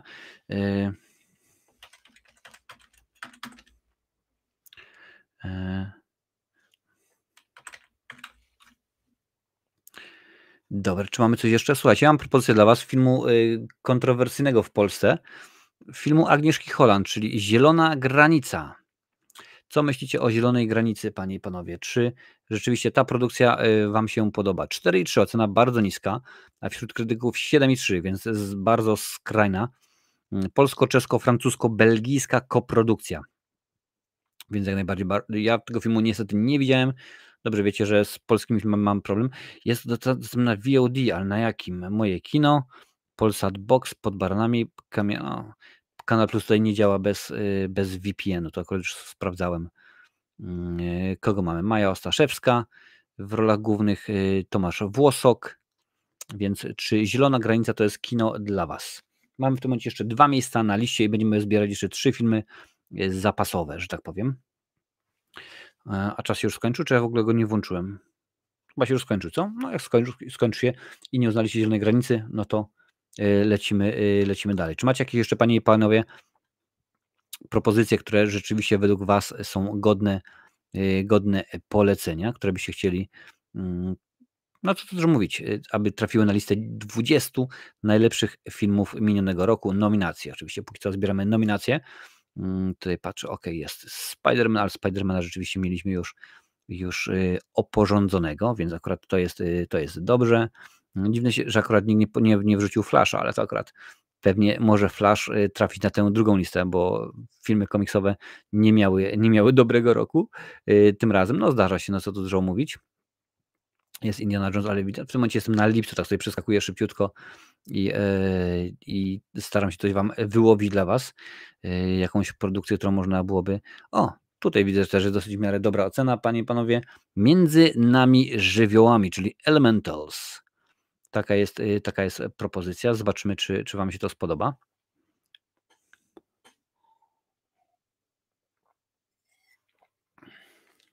Tu jest zgoła odwrotnie, bo ocena jest widzów 7,1, a ocena krytyków 6,0. No ale to bardzo rzadko idzie w parze, że tak to może być. Widzę, że Jarkos popiera między nami żywiołami. Dobra, to mamy już jedną. Dobra, Lancel, zaraz wrzucimy Twoją propozycję. Potrzeba jeszcze jedną osobę, która powie, że między nami żywiołami to jest fajna i chce tą propozycję na liście. Jeszcze jest kilka sekund też do obejrzenia. To w tym momencie domyślam się, że pewnie jest na Disney+. No oczywiście, że tak. Możecie sobie na Disney Plus zobaczyć, ale też widzę, że na Prime, wszędzie tak naprawdę jest dostępne, więc jak tylko dziś macie ochotę sobie obejrzeć, to proszę bardzo. Ja jeszcze tego filmu nie widziałem. Nie było mi dane. No i widzę, że zniknął zegarek, więc tego nie ma. Dobra, teraz no zobaczymy. Egzorcysta, wyznawca, panie i panowie. To jest od Lancela propozycja. 60 sekund, słuchajcie. Zobaczymy, czy Wam się to spodoba, czy uznacie, że o proszę bardzo, chcemy. Ja oczywiście Egzorcystę również Wam jestem winien, no ale jakoś tak jeszcze nie złożyło się niestety, ażebym ten film obejrzał. Mam trochę zaległości, ale akurat teraz w święta oglądałem dużo rzeczy. Jest mnóstwo recenzji rozpisanych, mnóstwo recenzji nagranych, ale akurat jeszcze nie są zrobione. Gran Turismo, które było wcześniej propozycja, ma ocenę 7,0. Tutaj widzę, że Wiktor i Paweł wrzucili jeszcze nominacje, zaraz je ogarniemy. Blue Beetle, o, proszę bardzo. Tutaj jeszcze inne propozycje. No teraz jest Egzorcysta, wyznawca, Believer. And I saw her face and now I'm a believer, czy jakoś tak. Patrzę, tutaj jeszcze ciekawego może być. No i widzę, że chyba jednak bardzo mi przykro, Lancu, ale chyba nie znalazła Twoja propozycja uznania. Kolejny film. Dobry piesek. Widzę, że cały czas dzisiaj dajecie horrory, ale niech będzie. Akurat ten film widziałem jako prapremierę, bo to było bodajże wydawnictwo Wróć, dystrybutor Best Film. Ja akurat miałem możliwość obejrzenia go przed premierą. Dobry piesek. Dziwny, naprawdę dziwny film, ale jeden z tych zaskakujących. Duchy w Wenecji. Zaraz mi się przypominają, chłopaki nie płaczą. Tak, wiem, że ciężko będzie wybrać najlepsze, będzie łatwiej z najgorszymi. No, zobaczymy zaraz, jak to będzie wyglądało. Tak, tutaj sobie patrzę. Słuchajcie, spokojnie, dobry piesek. Może być. Piła X. Piła X ma 6,3. Dosyć niska ocena jak na ten film. Myślałem, że będzie wyższa dosyć ocena, no ale jakoś tak się złożyło. Słuchaj, Lancel, Egzorcysta, wyznawca ma 4,5 na Filmwebie, także rzeczywiście niekoniecznie wysoko. Zdarza się.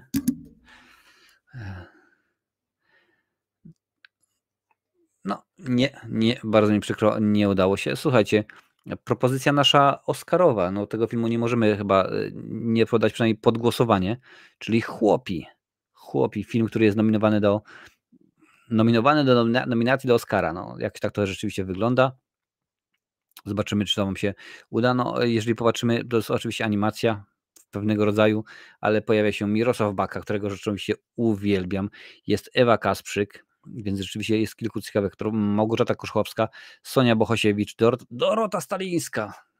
Pamiętam ją z Jacka i Placka, czyli muzyka Lady Punk, a Sonię Bohosiewicz to jeszcze pamiętam z czasów, kiedy występowała w kabarecie, on się nazywał Grupa Rafała Kmity. Ale w tym momencie, panie i panowie, Chłopi. Film, który jest, no, ma być nominowany do Oscara w kilku kategoriach, bo oprócz tego, że film międzynarodowy, to tam jeszcze z tego wiem, co Sony dosyć działa i tam chyba są jako najlepsza animacja, muzyka i tak dalej, i tak dalej. Zobaczymy. Macie jeszcze 10 sekund, żeby powiedzieć tak, Chłopi to jest rzeczywiście fajne kino, albo nie. Ale widzicie, patrzcie, ludzie dali 8,2 znowuż, a krytycy tylko 6 i 8. No i nie. Chłopi nie taki oscarowy?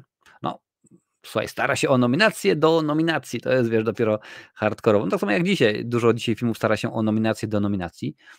I w końcu może rzeczywiście coś z tego wyjdzie. Jeżeli macie coś jeszcze, to dajcie znać. Dobry piesek ma 6 i 3 rzeczywiście. Meg, Deg and Frank. Jakiś taki jest tytuł. Więc wbijacie. Ja w tym momencie już przeglądam listopad na Filmwebie, żeby rzeczywiście coś ciekawego dla was wyhaczyć. No i trzeba powiedzieć, że ciężko rzeczywiście z tymi bardzo dobrymi filmami, że powiedzmy, o, to mi się podobało, to jest rzeczywiście dobre, to jest ciekawe. Ale ty widziałem chyba Paweł, tak? Paweł podrzucił Igrzyska Śmierci, panie i panowie. Co myślicie o tej propozycji? Tytuł pełny to jest Igrzyska Śmierci, Ballada Ptaków i Węży. Premiera 17 listopada była. Zobaczymy. Tomasz, D&D było już głosowane i nie przeszło. Bardzo mi przykro, nie było zainteresowania tymże filmem. Także teraz Igrzyska Śmierci są głosowane. Tak patrzę na produkcje, które się pojawiają, no i z tym było bardzo różnie. Wrzucimy mojego ulubionego. Cześć Paradox. Piła już była głosowana na początku i Piła przeszła. Piła jest nominowana do najlepszej 20. Znalazła się. Jeszcze mamy dwa filmy. Dwa filmy potrzebujemy jeszcze, żeby się znalazły na tej liście. Także w tym momencie Igrzyska Śmierci. Ja mam kolejną propozycję dla was. Zobaczymy, co na to powiecie. No widzę, że Igrzyska Śmierci też się nie spodobały. Słuchajcie, film od Ridleya Scotta, czyli Napoleon. Co myślicie o Napoleonie? Czy chcielibyście, ażeby ten film znalazł się wśród najlepszych? Wśród najlepszych tego roku.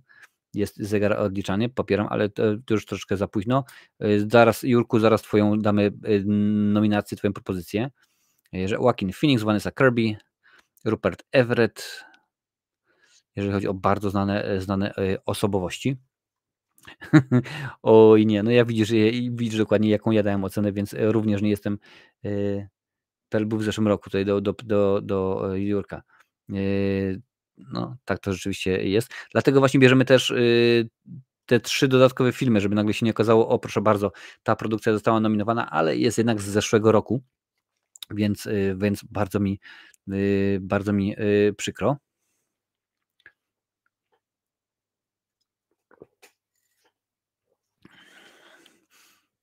No i jeszcze kilka sekund i jak widać.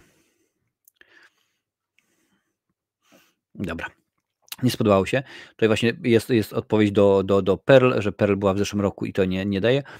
Paradoks. Widzę, że trochę dołączyło nowych osób, więc ja może przeczytam, jakie filmy są na liście.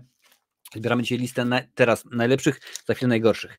Do tej pory mamy Oppenheimer, Piła X, Spider-Man poprzez multiversum, Mów do mnie, Noc Dziękczynienia, Martwe Zło, Przebudzenie, Krzyk 6, John Wick 4, Mission Impossible 7, Barbie, Znachor, Wieloryb, Duchy Inisherin, Strażnicy Galaktyki 3, Super Mario Bros. Czas Krwawego Księżyca, Rainfield, Megan. Jest tutaj propozycja była Tar. Tar był głosowany, nie spodobał się za bardzo. Tutaj widzę, że Jurek podrzuca i tak samo było. Strażnicy są jak najbardziej na liście. więc to są propozycje, które już były. Także ja czekam rzeczywiście, że macie coś jeszcze. Jeszcze potrzebujemy 2 filmy. 2 filmy, które mogły być i z racji tego, że dzisiaj dosyć ciężko idzie wybieranie tych filmów, to akurat nie będziemy tworzyć tych 3 dodatkowych, jeżeli po prostu okaże się, że któryś film był z innego roku niż powinien, no to go wywalimy i na przykład będzie głosowanie tam 18 czy tam 19 filmów, to nic się mi się wydaje nie stanie tym razem rzeczywiście. Łąka również był, Łąka również nie znalazł waszego uznania. Tutaj mam widzę Aquamana, ale to się nawet nie będę się wygłupiał, ale proszę bardzo, propozycja od Tomasza Łysiaka, Maestro. Bradley Cooper w roli rzeczywiście Maestro. Film chyba Netflixowy, jeżeli pamięć mnie nie myli. Więc rzeczywiście bardzo ciekawa propozycja, ciekawa produkcja. Jeszcze nie widziałem.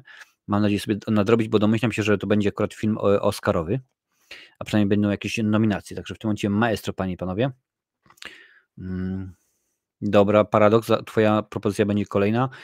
Paweł Nakonowski, Łąka był głosowany i nie znalazł się na liście. Stwierdziliście, że jest za słabo. Paweł dorzuca, że Maestro nie będzie, popieram.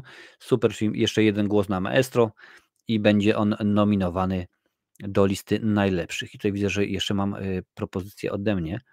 No zobaczymy, co wy na to powiecie. Mam 2 propozycje, może coś się uda. Słyszałem o nim, ale jeszcze nie ma propozycji premiery w Polsce. To zaraz zobaczymy, jak się czas skończy. Chyba, że nawet nie będzie.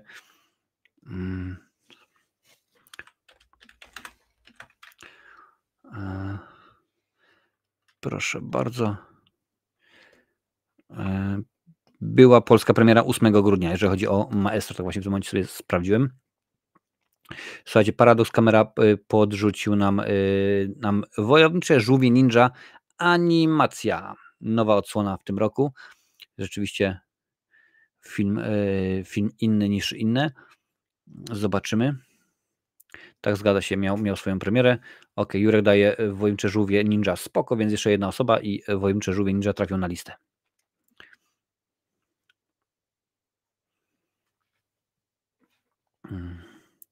Zaraz zobaczymy. Żółwie popieram, Wiktor, więc jak najbardziej Żółwie Ninja wbijają się na miejsce. Mamy jeszcze 1 miejsce, panie i panowie, żeby wrzucić na naszą listę, więc taką propozycję wam pokażę. Wiem, że nieczęsto zdarzają się filmy dokumentalne, ale tym razem mowa o filmie Wika. 84-letnia Wika jest gwiazdą warszawskich klubów i miejskim kolorowym ptakiem. Charyzmatyczna DJ-ka otacza się młodymi ludźmi, powtarzając, że wiek jest tylko i wyłącznie cyfrą. Jest to dokument Agnieszki Zwiewki, panie i panowie. Polska premiera 26 grudnia, można go zobaczyć w kinach. O tej widzę, ładnie zaznaczyło mi w Tarnowie, że można sobie zobaczyć. Virginia Schmidt, tak się nazywa pani. Film inny, kino inne niż inne rzeczywiście, ale warte obejrzenia mi się wydaje. Przynajmniej tak mówię po zwiastunie, ale nie wiem, zobaczymy. Czyli Wika to jest taka propozycja moja dla was. Popatrzymy, ile jeszcze 10 sekund.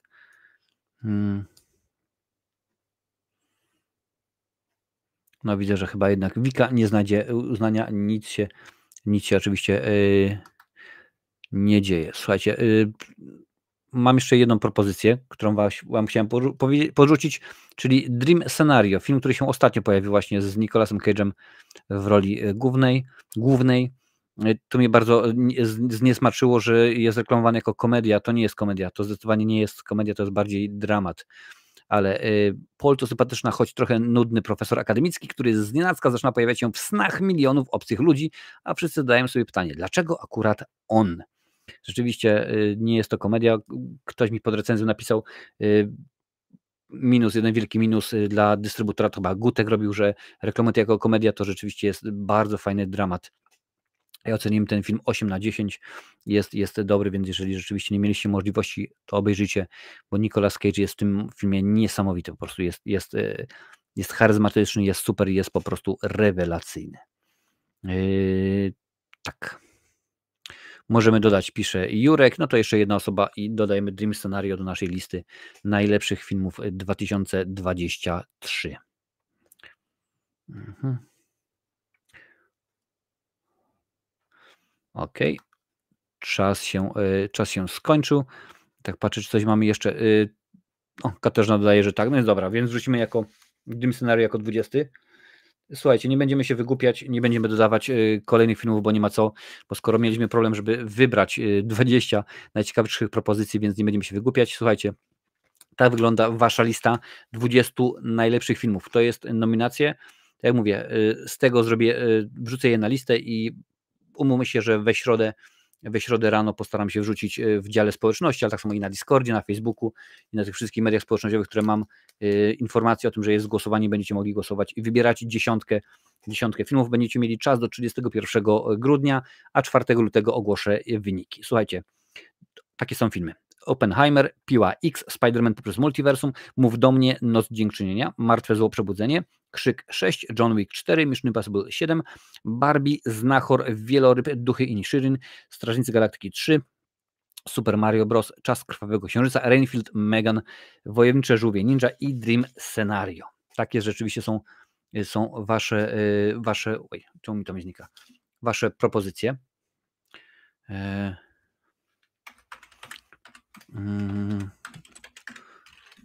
Wasze propozycje filmów. Tutaj patrzę, co jeszcze piszecie. Godzilla Minus był na początku, ale wiecie co, możemy zrobić jeszcze raz, bo na początku mieliśmy te problemy, że tak powiem, z formułą, więc dobra, więc umówmy się, że Godzilla minus 1 jako ostatni film, powiedzmy, trafi na listę. W tym momencie, jeżeli uważacie, że Godzilla -1 chcecie, to dajcie znać. I będziemy w tym momencie kończyć już, że powiem, listę 20 najlepszych filmów 2021. Jerewanic podrzuca, że tak, więc jeszcze jedna osoba. Thanks, nie wiem za co dziękujesz. Aha, dobra. Godzilla. No, czemu wcześniej się nie znalazło? Możliwe, że ten tak jakoś wyszło. Godzilla -1. Dobra, więc Godzilla zamyka naszą listę.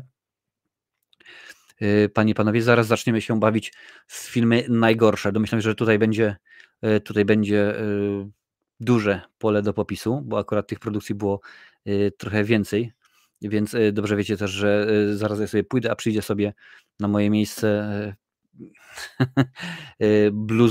bluzgany Marcin, więc nic dodać, nic ująć. Panie i panowie, dajcie mi sekundkę, zaraz go zawołam. O, pozmieniali muzykę. O, proszę bardzo, a gdzie jest ta filmowa? Tutaj miałem taką fajną filmową i nie ma, ale zobaczmy. Christmas nie, no niekoniecznie New Year. Chciałem włączyć muzykę, żeby sobie chwileczkę poobrzęczało. Cinematic niech będzie. Niech będzie muzyczka, póki co, no, jak się odpali. A ja zaraz.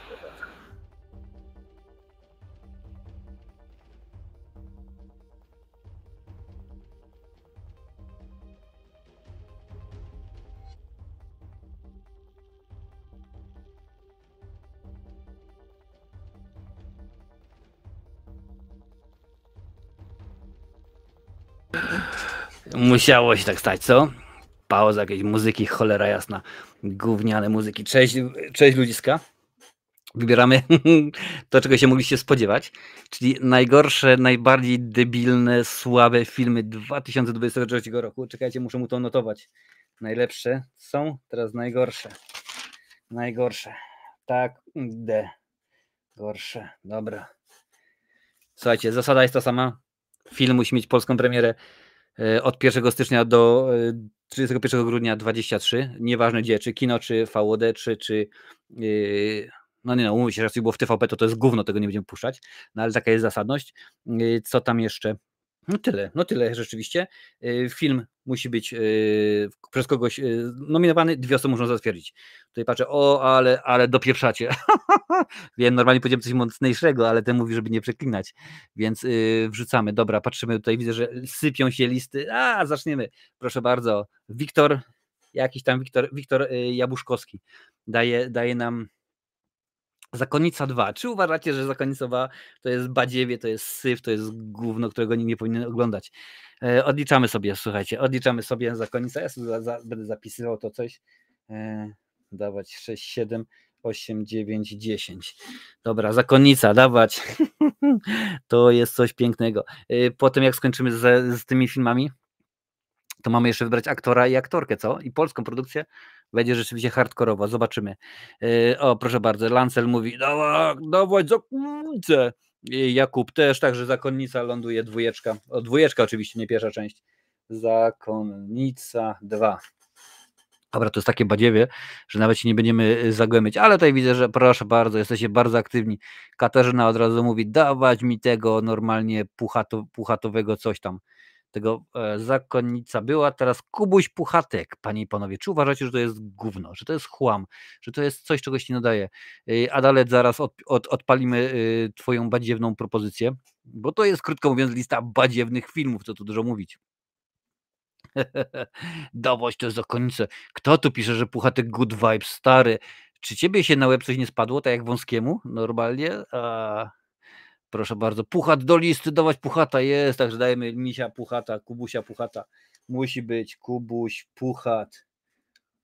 Aż Willy the Steamboat, tak się nazywa teraz ta bajka, co wyjdzie na temat tej cholernej myszki Miki, to aż po prostu się nie da tego nie będzie się dawało oglądać. No ale zobaczymy. Słuchajcie, dalej widzę, że to nam pójdzie dosyć szybko, bo tutaj kolejna propozycja jest od Adalet. Adalet nam rzuca Meg 2, Głębia, lecimy.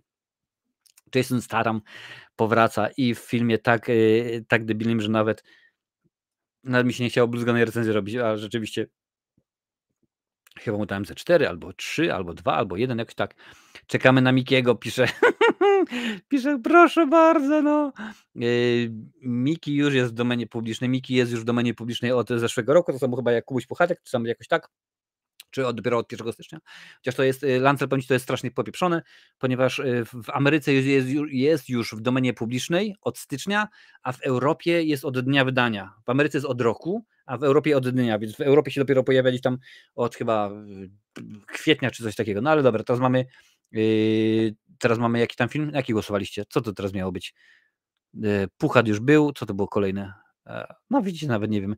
Jakoś tak. O, Meg, proszę bardzo, Meg. Adalet dała Meg, Jerewanicz dał Meg. Ktoś tu jeszcze podrzucił? Ktoś jeszcze podrzucił i Wiktor Meg 2. Popieram. No, bardzo dobrze, ale się fajnie z wami dzisiaj współpracuje. Meg 2. I lecimy dalej. Jakieś tandetne tutaj propozycje macie? Patrzymy dalej. Ktoś tutaj jest pucha do listy. O, jest od Leszka Rutkowskiego. Dzieci kukurydzy 2023 folks. 2023, aż nawet nie wiedziałem, że kolejna wyszła część. Aż to sprawdzę, słuchajcie, wbijajcie teraz na Dzieci kukurydzy, ja sprawdzę, czy coś takiego rzeczywiście było. No pewnie było, bo inaczej by nie wpisane. Dzieci kurydzy, tak? Kukurydzy. 2023, co? Już patrzymy.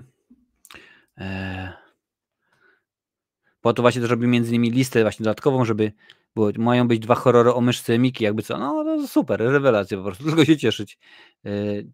Widzę, że dzieci kukurydzy mi nie wyskakują, ale piszcie jak chcecie. Dzieci kukurydzy. DZE 2023. Coś tutaj jest. Dzieci zła. Children of Evil, ale to chyba nie to. Więc macie ostatnią szansę. O dzieciach kukurydzy jeszcze takiego filmu nie ma. Może się doczekamy. O dzieciach kukurydzy. Dobra, i tak nie wypadło. Bardzo mi przykro, Leszku. No, taki chłam wybrałeś, że nawet większość ludzi ich nie widziało. No i bardzo mnie to cieszy. Proszę bardzo. Niezniszczalni 4 od Jurasa. Juras wierza nam z tym jakżeż gównianym filmem, w którym Sly Stallone się nie chciał pojawić i nie było go przez większość produkcji, bo to po prostu była porażka. No ale zdarza się. Ja się w ogóle chyba cieszę jeszcze póki co, że dzieci kurydzy nie wybraliście mi do bluzganych, wrócić do kultowych horrorów, bo mogłoby być koszmarnie. Tutaj podrzucacie niezniszczalni, tak, niezniszczalni, bardzo mi przykro, zniszczalni, czyli jeszcze jedna osoba powie, że Stallone i Statham się nie nadają do niczego, zgodnie z prawdą, więc dajemy radę. Leszku, zaraz kolejna twoja produkcja trafi, bo jest rzeczywiście 6 koszmara. Oj tak, bo to jeden z najgorszych. Tak. Niezniszczalni 4. Co to miało być? Po prostu co to za tandeta, za syf? Proszę bardzo, Leszek nam podrzuca taką propozycję. 65 z Adamem Driverem. Oj, oj, oj, ależ ten film boli po prostu. On jest dopiero tak koszmarny. 65 na listę. Oj, tutaj porzuciła i Adalet, i Jurek. No to w tym momencie już mamy rozwiązanie, bo jest i Adalet, jest i Jurek, także 65 to jest dopiero syf. To jest takie kał, że jak to mawiali w kabarecie, słowo klucz. Kał. I nie chodzi o krowę, drodzy widzowie. Dobra, stopuj się już tutaj w mordę jeża, bo i tak nie mamy dalej. Patrzę, co tutaj podrzucacie. O, to jeszcze 65. Co tutaj mamy dalej? O, kolejny genialny samochodowy film, który nie da się rzeczywiście powiedzieć chyba nic dobrego. No, nie wiem, może się da, nie wiem, zobaczymy.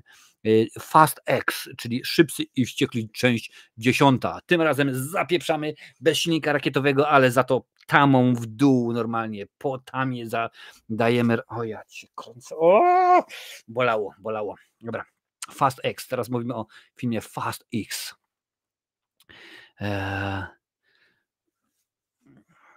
Tak, Lancel, tutaj był ten film był tego roku, mam go przygotowanego, zaraz ci go pokażę.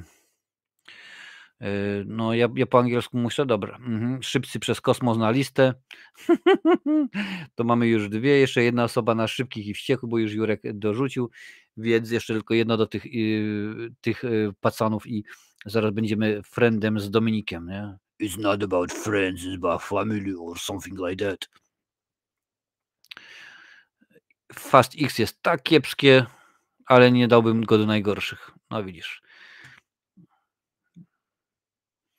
No, czyli mamy jedną osobę. No, czyli słuchajcie, Fast X nie trafia na listę. Ale mnie to martwi. Oj. Tak, Heaven and Hell tutaj nam wrzuca nam Lancel. Ja nawet też go sobie, bo takie jest genialne to kino, że po prostu szkoda gadać. Wrzuciłem sobie go na listę, żeby wam pokazać, żeby jakby nie było pomysłów. 3,9. Olga wiedzie spokojne, ułożone życie, pracuje jako sędzina, ma dorosłą córkę. Max jest młody i życie czerpie garściami. Dzieli ich wszystko, a jednak łączy uczucie. Gdy skrywane tajemnice wyjdą na jaw, ich sytuacja jeszcze bardziej się skomplikuje. Co za debil takie filmy wymyśla? I to jest polski film. Orzesz. Szkoda gadać normalnie. Heaven and in Hell. I polski tytuł, słuchajcie. Dobra. Lance nam podrzucił, czy chcecie Heaven i Hella? Czy chcecie Hella? No słuchajcie, teraz gadamy o Heavenu i Hellu, także na razie widzę, że jest 5 koszmarnych nocy, są Transformery i tak dalej, ale to jeszcze rzeczywiście nie pora, nie ten. Na razie gadamy o Heavenu i Hellu. O Heavenu bez Hellu. Dawaj tego polskiego Hellboya. Leszek dorzuca, ok, więc jeszcze jedna osoba na tego Hellboya i będziemy mieć Heavena i Hellboya. W ogóle dostępny jest dziś pewnie na Netflixie, co? Nie, na Prime. A ja mam Prime'a, ale rzeczywiście nie skorzystam. Dobra, no to słuchajcie, to teraz tak jest. Siemawiciu, co już było wybrane, już ci pokazuję, bo w tym momencie wybieramy najgorsze. W tym momencie wybieramy największy syf, największe badziewie. Listę 20 propozycji najlepsze mam zamienić, ale co było do tej pory w najgorszych? Już wam mówię, panie i panowie. Bo nie widzę, bo mi te ślepia, te heje. Zakonnica 2, Kubuś Puchatek, Meg 2, Niezniszczalni 4 i 65 z Adamem Driverem. Więc to mamy. Dobra, patrzę dalej, co dajecie. Jakie dajecie propozycje? Proszę bardzo. Wiktor Jędrychowski podrzuca 5 koszmarnych nocy, czyli Five Nights at Freddy's. Przypomnę, że skoro jest podany, no to jeszcze 2 osoby muszą w ciągu minuty, tutaj jest zegar, tu jest zegar, macie w ciągu 2 minuty wpisać tytuł tego filmu i jak najbardziej wtedy on trafia na listę nominowanych do tego, żeby być największym syfem i w konsekwencji otrzymać nagrodę brązowego Marcina, którą to przyznajecie już po raz 12 czy jakoś tak. Paweł popiera bardzo dobrze, czyli w tym momencie jeszcze jedna osoba, która powie, że 5 koszmarnych nocy to jest szyf. Proszę bardzo, Jurek dał, więc jest elegancko, czyli Five Nights at Freddy's. Moja córka się zapłacze, bo ona ten film kocha, bo ona kocha grę, bo jest dobra. Dobra, mamy Freddy'ego. Co tutaj było jeszcze? Zły Marcinie, powinieneś ten live cały poprowadzić, może dobry cię kiedyś dopuści. Zobaczymy, czy ten Patafian mi pozwoli siąść za kamerą. Jak tak dalej będzie, to mój psychiatra normalnie zrobi na mnie fortunę. Dobra, patrzymy. Paweł dorzuca. Transformers Przebudzenie Bestii, Rise of the Beast. Proszę bardzo, wrzucamy. Tam w ogóle było takie fajne jajo, bo oni to kręcili gdzieś w Ameryce Południowej oczywiście. No i pewnego dnia do reżysera podszedł mały chłopczyk, no i pokazuje kartkę i to na tej kartce było narysowane właśnie Transformery, jak on sobie wyobraża, że one Transformery wyglądają i reżyser był taki zajemny, że stwierdził, ok, no to ja zabieram ciebie i całą twoją rodzinę na oficjalną amerykańską premierę tego filmu, a dodatkowo wyszykuję wam, dostaniecie nowy dach w szkole. Jak to powiedział, tak też zrobił, także bardzo fajnie. Patrzę. Leszek, Transformery tak. Wiciu, ale były gorsze filmy. Okej, no to jeszcze Wiciu nie daje, więc jeszcze jedna osoba musi powiedzieć, że Transformery to jest szyf i chcemy rzeczywiście, by trafił na tę listę. Pamiętajcie, jest to 2 osoby, muszą być 3. Więc dajemy, macie jeszcze 5 sekund, jak chcecie, żeby Transformery... Usunąłem prawie, taka cudowna jest ta lista. Dobra, nie trafiliście, nie ma nikogo, kto by chciał powiedzieć? Dobra, lecimy dalej. Nie ma niczego. Kononowicz. Ktoś tutaj daje, Wiciu podrzuca, proszę bardzo. Kapitan Marvel, czyli chciałbyś powiedzieć widowisko od Marvela, a tak naprawdę taki syf, taki gniot, że chyba w ogóle Marvel w tym, to jest dla mnie zaskakujące. Oni potrafią tak spieprzyć Marvela, nomen omen Kapitan Marvela, a zrobić tak świetny serial, jakim było Co by było gdyby, czyli co gdyby i tak dalej, what if, what the hell is going on, że po prostu masakra. Tutaj widzę, że Jurek dorzucił Marvel, że jest tak, ok, czy jeszcze jedna osoba, a to po prostu było tak niewykorzystane, tak syfiaste, tak gówniane i jeszcze ten Nick Fury się pojawił po tym beznadziejnym, totalnym dnie, jakim było i Secret Invasion, że się rzeczywiście nie chce. O, widzę, że jeszcze Wiktor Jędrychowski dał Marvels, ale to było złe, to było gówniane, tego się nie dało oglądać, ale lecimy, dobra, Marvels. A powiem wam coś zajebiście śmiesznego. Marvel stwierdził, ale dobrym pomysłem będzie, ażeby zrobić drugą część filmu, który w tym momencie, zanim pojawił się Marvels, był najgorszy i zanim się pojawił Ant-Man i Nosa, był najgorszy, czyli Eternals. Eternals dostają drugą część. Po prostu naprawdę to był krab, to był mega shit, mega krab, mega gówno. Dobra, patrzymy dalej. Paweł podrzuca nam Napoleona od naszego ulubionego Ridleya. Gówno wiem o filmach ostatnimi czasy i psuje tylko serię o obcym Scotta. Dobra, Napoleona. Kto mówi, że Napoleon to jest dno, to jest szajse, to jest... Wiecie, aż mi się nie chce gadać, aż sobie łyknę herbaty. Ciekawe, czy dolał coś do tej herbaty. Zwykła herbata, co za pajac, mógł sobie dolać. O, jest, Paradoks pisze, że Napoleon dno. Dobra, jest druga osoba. Napoleon, najdroższy Ridleyu, pokazujemy cię, czytajcie między wierszami. Czyli Napoleon to jest syf. Napoleon, dobra. 12. Widzę mi się, że tutaj się szybciej uzbiera nam nasza lista. Będzie rzeczywiście grubo. Będzie fajnie. Dobra, patrzymy dalej, co tutaj wrzucacie. Indiana Jones 5, czyli 5. część tego super rewelacyjnego filmu. Nie no, Indiana Jones nie był najgorszy, no nie czarujmy się. Widziałem większe syfy w tym roku. W ogóle mam już tutaj listę najgorszych i najlepszych filmów, moją prywatną. Znaczy, ja mam tylko najgorsze, wiadomo, ten drugi ma. I powiem wam w ten sposób. Filmy, które już nominowaliście, pojawiły się. Nie wszystkie, ale część. Indiana Jones, a ja nie włączam zegara, kurde. Normalnie bym powiedział gorzej, ale nie chcę. Dnem można było nazywać zachowanie Scotta po odbiorze filmu. No co tu będziemy tłumaczyć, jak facet gada z nim, jakiś tam profesor mówi w ogóle, że filmy są niezgodne z historią, a ten do profesora, a byłeś tam wtedy? A znasz się? Znam się. No to co, to weź znaleźć życie i odpierdol się ode mnie. Jak w ogóle reżyser może takie rzeczy powiedzieć? Jeszcze to wiesz, to nie jest Patryk Wega, tylko to jest Ridley Scott, Obcy, Gladiator, Łowca Androidów i tak dalej. I on takie rzeczy w trakcie oficjalnego, to jest po prostu debil, kompletny debil. No ale dobra, teraz gadamy sobie o czym? Jaki to był? Indiana Jones, tak, dobra. Indiana Jones popieram, czyli mamy 2 osoby na Indiana Jonesa, czyli jeszcze jedna osoba ma 40, masz jeszcze 10 sekund, żeby powiedzieć tak, jak najbardziej to było dno. Tutaj widzę, że odhaczacie filmy z mojej listy. Wiktor zaraz pójdzie, Wiktor, Paweł i Lance, zaraz wasze filmy pójdą w kolejności nominowane. Kończy się czas na tego. Ale mnie swędzi nohal. Srać to. Dobra. Przykro mi, Indiana Jones nie znalazł uznania, jest niezagówniany. Dobra, patrzymy dalej. Wiktor. Slaughterhouse, leniwa śmierć. Czy ja gdzieś tutaj Slaughterhouse miałem? Chyba rzeczywiście się pojawiło, ale nie. Bo ja akurat, jeżeli chodzi o propozycje, to mam co? To mam filmy, które miały mniej niż 4.0, akurat ten miał więcej. Odliczanka, panie i panowie, poszło, dobra. Slaughterhouse. Czy uważacie, że to jest dno? Ja tutaj mam filmy inne akurat, ale akurat Slaughtera. Wiciu, popiera Slaughtera. Nawet nie czuję, że jak rymujesz w mordę jeża. Dobra, mamy jeszcze jedna osoba do Slaughtera i będzie super fajnie. Popatrzymy. W ogóle wielu twórców, którzy się tworzą filmy od nomen omen od wielu lat, kończy się powoli i rzeczywiście są tak, albo się wypowiadają beznadziejnie, albo po prostu są słabi, także krótko mówiąc, no, albo tworzą takie gnioty, właśnie jak Ridley Scott, który stwierdził, leniwiec tak, więc leniwiec już jest, ale skoro mam czas, to dokończę, który stwierdził, że nie, no w ogóle Martin Scorsese zrobi jeden film, za ten czas zrobiłem 4 filmy, co to jest w ogóle, gówno niech spadło na drzewo. Dobra, leniwiec jest. Pisać mi tutaj łajzo jedna, a nie, że się wypisałaś, świeży długopis. Dobra, to było to był leniwer. Potem daliście takiego Aquaman. Domyślam się, że chodzi o Aquaman, część druga. Widzicie, Johnny Depp wygrał, a dostał w dupę. Amber Heard przegrała, a i tak jest w filmie. Gdzie tu jest sprawiedliwość?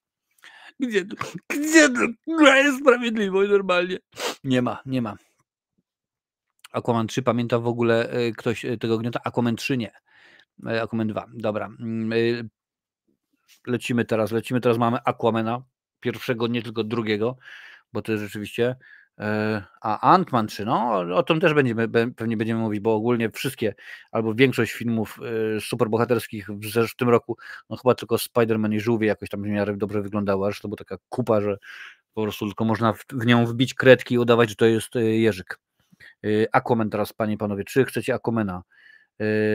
Aquaman, nie Ant-Man, Aquaman. Wiciu popieram Aquamana i Wiktor też i Jakub też i Aquaman 2. Aquaman 2 też wpada do listy gównianych gówniaków. Co tutaj było wcześniej, bo tutaj widzę, że rzeczywiście się rozszczelaliście i zaje fajnie. Lancel daje Rycerze Zodiaku. Boli, bo to jest film Bagińskiego bodajże, to jest film Bagińskiego, tego co tam zrobił Katedrę wiele lat temu nominowano do Oscara, a przy okazji współpracował przy Wiedźminie, no ale Wiedźmin jak się skończył, to już każdy wie. Rycerze Zodiaku, dawaj ten zegar w mordę jeża, bo już a potem zaraz wrzucimy po tym Ant-Mana 3 jako propozycję. W tym momencie mamy 10, po Rycerzach Zodiaku wam powiem, co w tym momencie mamy nominowane do listy największych kupsztali minionego roku. Przypominam, film musi mieć swoją polską, nieważne gdzie, czy kino, czy Netflix, czy Disney, czy Player.pl, czy TVP, chociaż na TVP to akurat, no dobra, nieważne, pomiędzy 1 stycznia a 31 grudnia 2023. Nie dajcie się nabrać, bo czasami jest światowa premiera we wrześniu 22, jak tutaj widzieliśmy, a polska premiera dopiero w lutym, czy coś. Rycerze w Zodiaku popiera Paradoks, więc jeszcze jedna osoba do Rycerzy Zodiaku i będziemy mieli odhaczonego kolejnego syfiaka.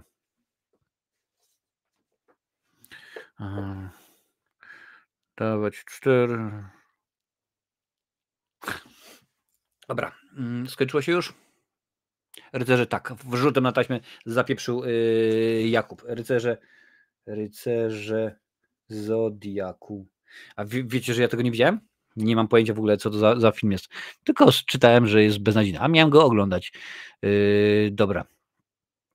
Ant-Man 3. Ant-Man 3 teraz tutaj mi się widziałem, pokazał. Odwicie, Ant-Man 3. Ktoś popiera, proszę bardzo, mamy Ant-Mana. Kto chce Ant-Mana kopnąć w jego mrówcze dupsko? Dawać znać. Ant-Man 3. To jest tak cudowny film, że stwierdzono, ja nie wiem, czy w ogóle stwierdzono, jak w takim filmie się pojawia Michelle Pfeiffer i Michael Douglas? Co to w ogóle jest? Jak trzeba bardzo upaść od kobiety kota do kobiety pomocnicy mrówkowego beznadzieja. No zdarza się. Leszek Rutkowski, Ant-Man 3, go! Go, ręce gadżeta. Żółwik i piąteczka dla ciebie, Leszku. Dawajcie, no dawajcie coś tego Otmana, niech to będzie, niech się dzieje, niech ten live ma jakiś, wiecie, ten prowadził, było nic, a tak to nie się co się dzieje. Ant-Man 3 popieram CGI tak słabe będę miał, koszmary popieram. Koszmary w CGI, to dopiero byłoby jajo. Ant-Man 3, dobra. Patrzę, co tutaj dalej proponujecie. Co tutaj macie innego? Proszę bardzo, dziś tutaj biło o ten jest, może być. Demeter, Przebudzenie zła daje Leszek. Leszek Rutkowski. O, jest, proszę bardzo. I się liczy. I tutaj widziałem też, że Wiktor też zapieprzył Demetera, więc jeszcze jedna osoba na Demetera nam potrzebna. Demeteros. Barbie. Czekaj, jak to było? I can go. Czegoś tak, co tam było z tym Kenem, nie? Dobra, teraz mamy Demetera. Kto mówi, że Demeter? Lancer dorzuca i mamy Demetera. Demeter. Przebudzenie zła. Dobra, patrzymy dalej. Mała syrenka, czyli nie ma to jak być po prostu, nie ma to jak wymyślić za na nowo, a tak naprawdę Disney robi kupy, jeżeli chodzi o te wszystkie filmy.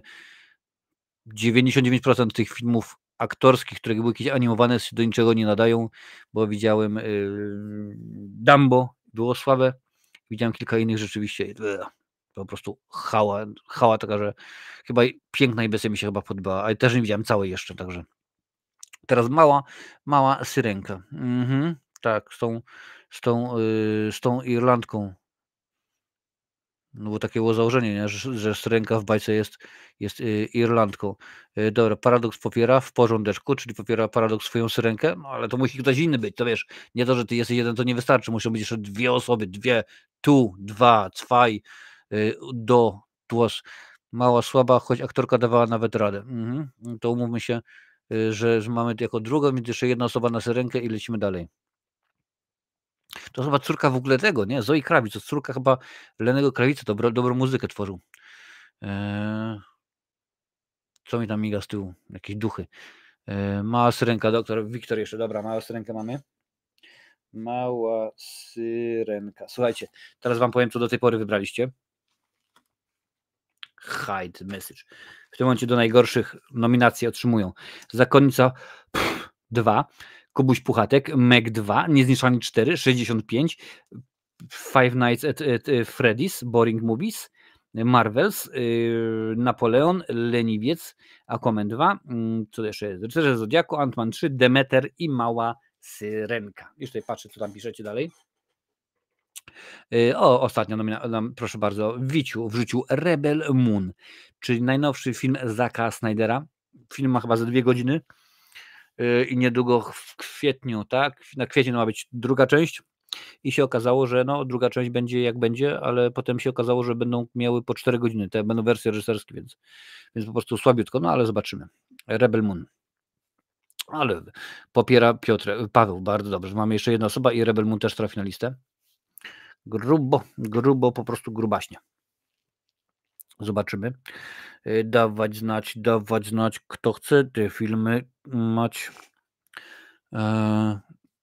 Macie jeszcze 20 sekund na Rebel Moona. Popieram Rebel Moona. Trafiamy tutaj.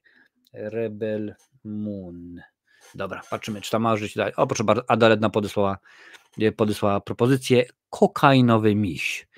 I to może być zaskoczenie, bo akurat chyba miś się pojawił na poprzedniej liście, nie? Czy chcieliście, żeby się pojawił? Czy się pojawił? Zaraz zobaczymy. Co tam na Buzzgrow? Nie wiem. Nie potrafię odczytać, co to ten Dekiel napisał, ale teraz mamy kokainowego misia. Zobaczymy. O, dużo osób popierało, widzę, że Rebel Moona. No i w porządku. Kokainowy miś. Przypomnę film o tym, że misiek się nawciągał białego proszku i zaczął szaleć, zaczął po prostu robić, był Jasonem, był koszmarny. Leszek Rutkowski pisze, kokainowy miś był niezły. No, kokainowy miś był niezły, według mnie też nie był najgorszy. Dobra, zaraz damy, widzę, że kolejna propozycja jest, żeby Barbie się pojawiła, to wrzucimy zaraz Barbie do podgłosowania. Zobaczymy, co pokażecie. Taki mam pomysł, żeby to w ogóle tym wszystkim dystrybutorom tych najlepszych i najgorszych filmów wysłać jakiś list, może coś się skuszę, zobaczę. Ja napiszę do tych, co takie gówno wystawili w kinach i w ogóle masakra. No dobra, okazało się, że kokainowy miś nie był taki zły, więc nie chcecie go, ale tutaj był pomysł, proszę bardzo, Lancelot wrzucił Barbulę. Barbarella, Barbie jest w tym momencie. Więc kto chce, żeby Barbie trafiła na listę nominacji do najgorszego syfu i w konsekwencji otrzymała brązowego Marcina. Kasztan pisze, pobieram Barbie, jak facet może wchodzić w różowych rajtuskach. No wiesz, ja pamiętam taki film, gdzie wielu facetów wchodziło w zielonych rajtuskach i według mnie Robin Hood facet w rajtuskach jest jedną z najlepszych komedii. więc można. A poza tym pewnie wszyscy fani Erola Flynna i tak dalej by się wkurzyli, bo wtedy to wszyscy w takich filmach chodzili w rajtuskach, no ale mniejsza większość. Mamy jeden tak, Kasztan tak i Adalet mówi tak, więc Barbie trafia na listę. Barbie. Dobra, lecimy dalej, patrzymy dalej. Ktoś tutaj coś wrzucił. Słuchajcie, macie jakieś tytuły, to wrzucajcie, a ja tutaj zobaczę, co tutaj miałem. O, proszę bardzo, polski film będzie, niech będzie. Na Filmwebie. Film pod tytułem Pokusa, panie i panowie, Pokusa 2,7. Maria Sadowska, o jacie. Ines to zwyczajna dwudziestokilkulatka z małego nadmorskiego miasteczka, która pragnie osiągnąć sukces jako dziennikarka. Porzuca pracę w rodzinnej cukierni Pokusa w Rumi, by w Warszawie zamieszkać z przyjaciółką niespełnioną raperką Sarą, która prowadzi bogate życie towarzyskie i erotyczne. O ja cię kręcę. Kto to wymyśla? Patrzcie, nawet już tak się tym zafascynowałem, że nawet zegara nie włączyłem, dlatego go od razu tutaj przesunę. Ciach, pach, tutaj, o proszę bardzo, i lecimy. I to jest thriller erotyczny, polski thriller erotyczny. Nic Wegusia, no Weguś nie wypuści żadnego filmu, nie wiem. Helena Englert, Piotr Stramowski, Andrea Pretti, Joanna Liszowska, Piotr Głowacki, ja bardzo go lubię. Pamiętam go z chyba Grającego Stalerza, Jana Bokolskiego. Pokusa popieram, tutaj pisze. Tak, czytałem. Nie oglądałem Pokusy. Nic Wegusia nie było. No nic nie było Wegusia, więc w tym momencie jeszcze potrzebna osoba jest do Pokusy. Pokusimy się, co? Ale zobaczymy. Wy tam się głosujcie, a ja sobie łyknę. Dobra. Czas się skończył? Skończy się to. No to nie będzie Pokusy. Piszcie, co tam macie. Czy macie jakieś propozycje? Tutaj Parad zwrócił. O, proszę bardzo. Mali Agenci 5. Już tutaj sprawdzam, co to jest. Mali Agenci 5. Zobaczymy, czy jest. A ja w międzyczasie oczywiście już muszę włączyć tego stoporajka. Dawajcie, Mali Agenci teraz. Zaraz odpalimy Jerwanicz Flasha. Zobaczymy, co to będzie. To będzie już, mamy 16 filmów. Pięknie. Cudnie, po prostu genialnie. A tak a propos, dobra, damy Jerwanicza, potem damy Pawła Noża. Damy. Tak a propos dobrych filmów, ktoś widział z was już tego? Pana Kleksa? Tu mi właśnie wyskoczył Tomasz Kot. Nie wiedzieć czemu. A obok niego Piotr Franceski. Tak, dajcie znać. Leszka też damy kolejnego. Egzorcystę też damy zaraz, tutaj podrzucimy do listy. A w ogóle co ja tutaj nominowałem do nominacji?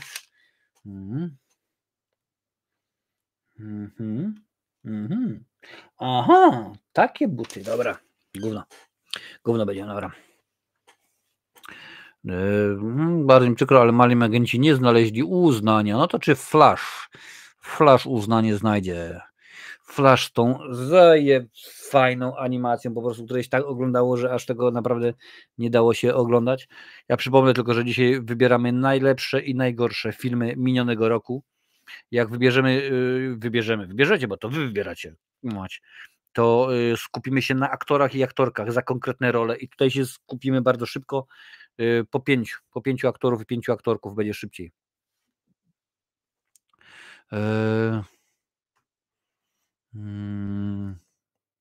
No, Flasha. Nie róbcie jaja, że Flash nie będzie nominowany do największego syfu, do Klopsa Rocka. A w ogóle jaki Akademia Pana Kleksa ma 5,5 tylko ocenę, no. Mam nadzieję, że ktoś pójdzie po rozum do głowy, bo ten Kawulski z dobrym biznesmenem gdzieś w Irlandii zagrają ten film, bo bym sobie zobaczył. Albo w miarę szybko trafi na jakiegoś Netflixa, czy innego Disneya. Dobra, no to Flasha nie będzie Nie będzie Flasha i koniec, dziękuję bardzo. No to teraz lecimy dalej. Teraz kolejne horrory, czyli Egzorcysta Wyznawca. Wiemy, że Egzorcysta Wyznawca był poddawany po głosowanie w najlepszych filmach, bo Lancel stwierdził, że jest super. Lancel. Stary normalnie. Nie wiem, nie widziałem, ale słyszałem, że jest dno. No ale nieważne. To jeszcze jest spóźnione to i przyznam, bo tutaj widzę, że flasze wskoczyły późno, bo jest paradoks i wiciu, a z racji tego, że jakieś tam problemy są z tym, to flasza dorzucę. Jest długopis.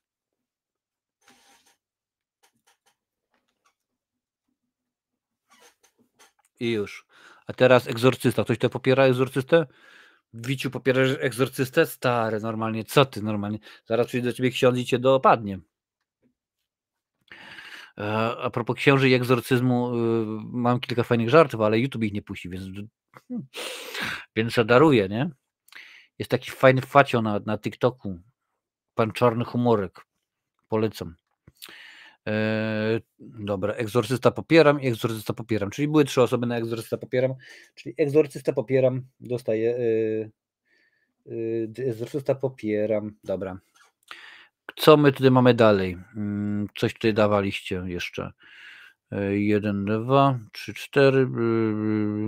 To zobaczę.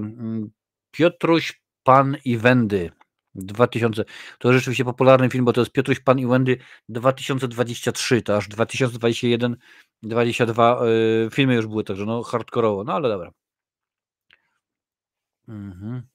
Dawać z cenzurą chociaż żart o egzorcyście. Co to jest odwrócony egzorcyzm?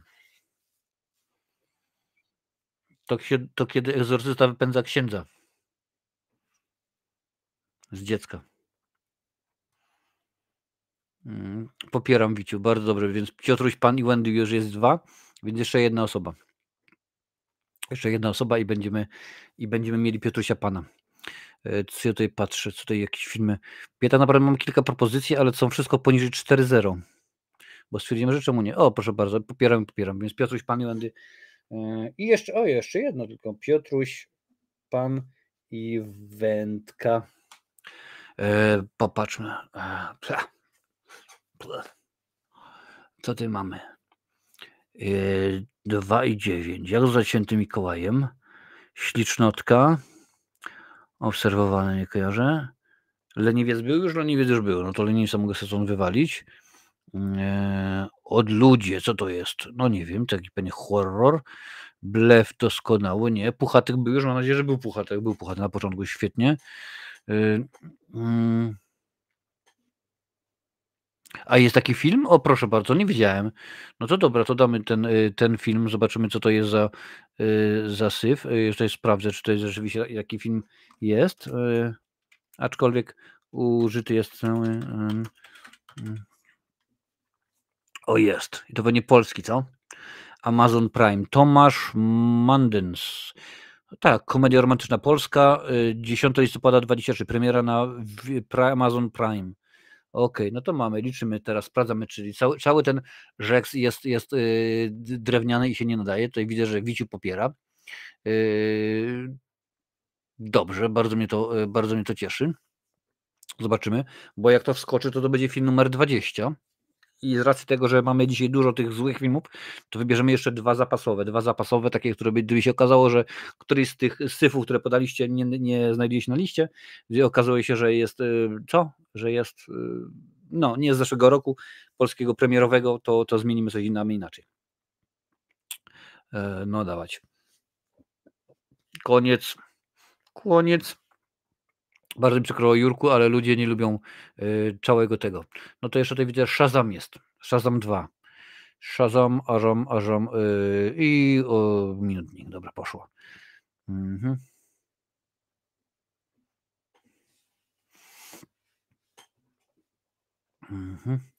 Nóż w nocnej ciszy. Proszę bardzo. W ogóle to ja mam jakieś nominacje sobie zapisałem, coś sobie wykreśliłem, nie? Dobra. Pokażcie, ja tutaj dla was miałem. Ślub doskonały, Pokusa, to było Heaven in Hell.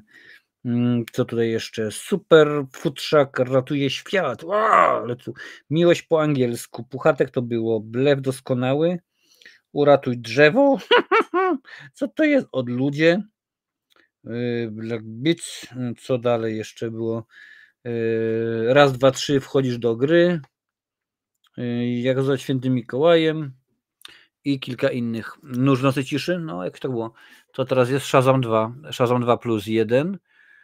I tyle chyba będzie. Wygląda na to, że nie będzie Shazama 2. Ani Shazama 2 plus 1, ale minus 1. Dobra, patrzymy dalej.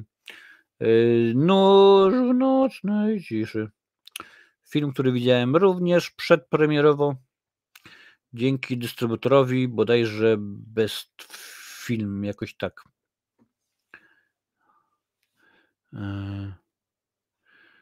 Dobra, teraz jest to Nóż nocnej ciszy. Panie i panowie, ta produkcja.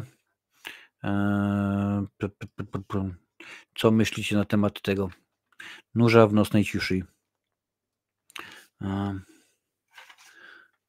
A może damy... O, dobra. I pokaż mi to, jak to jest właśnie ten jeden.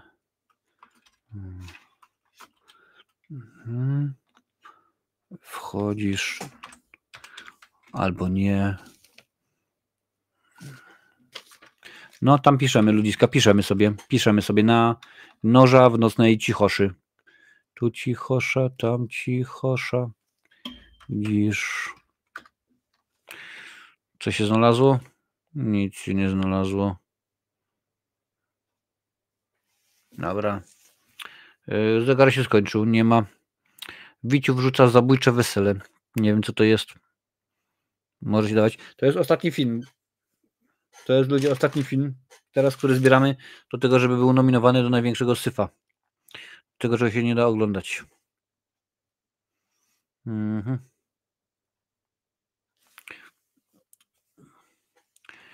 A małżonka wie, że zły brat Marcina znów uciekł?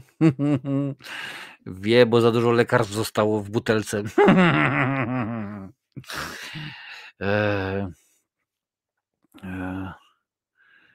Będę miał, jeżeli to nie przejdzie, jeżeli zabójcze korniki na weselu nie przejdą, to będę miał dla was kolejną propozycję. Michała Węgrzyna. Widzę, że biorąc pod uwagę, kto u niego występuje, to taki kolejny będzie kolejny Wegeta. Obejrzałem w ogóle Psychozę wczoraj, a dzisiaj zaraz po Psychola z 98, który jest po prostu kalką i wymieniłem rzeczy, które są takie same. Wszystko jest takie same, ponieważ Psychol, no Zabójcze wesele nie przeszło, zaraz powiem, ponieważ Psychol jest dokładnie, użyli tych samych ujęć. Gus Van Sant, który reżyserował, ja zresztą robiłem recenzję tego wszystkiego, Gus Van Sant, który reżyserował Psychola, stwierdził, że użyje tych samych ujęć, dokładnie, nie to, że podobnych, tych samych ujęć, więc to jest wszystko jest to samo. Dobra, patrzymy. Służka, może być służka, nie z łóżka, tylko służka. Też rzeczywiście widziałem ten film. No, widziałem ten film też. Jakiś tytuł w ogóle polski jest z dupy wzięty, bo jest służka, a tytuł zagraniczny jest jakiś chyba inny, sensowny, normalny. Tak, Szyszku, tytuł oryginalny jest It Lives Inside, czyli to żyje w środku, a tytuł polski jest Służka. To o ten film chodzi. Sam, to z imię dziewuchy, wraz ze swoim chłopakiem chce odnaleźć przyjaciółkę, która zostaje porwana przez tajemniczego demona.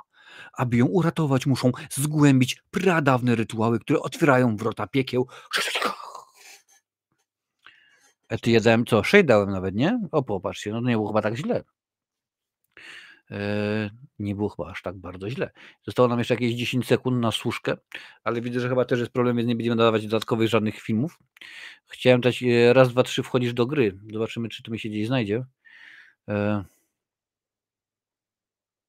Siemka Marcin, co się stało? Gówno się stało. Marcina nie ma. Jest bluzgany Marcin, a że wybieramy teraz wybieramy teraz najgorsze filmy 2023 roku, to stwierdziłem, że kto nie tak jak taki zawodowy koleś jak ja, który lubi bluzgać w filmach, będę napieprzał o tych bezwartościowych syfach. Więc w tym momencie brakuje nam jeszcze jednego filmu, ażeby zamknąć listę 20 nominacji do najgorszych filmów. Przypomnę tylko, zanim jeszcze dacie kolejną propozycję, co już mamy w nominacjach do największego syfu. Zakonnica 2, Kubuś Puchatek, Meg 2, Niezniszczalny 4, jednak zniszczalni.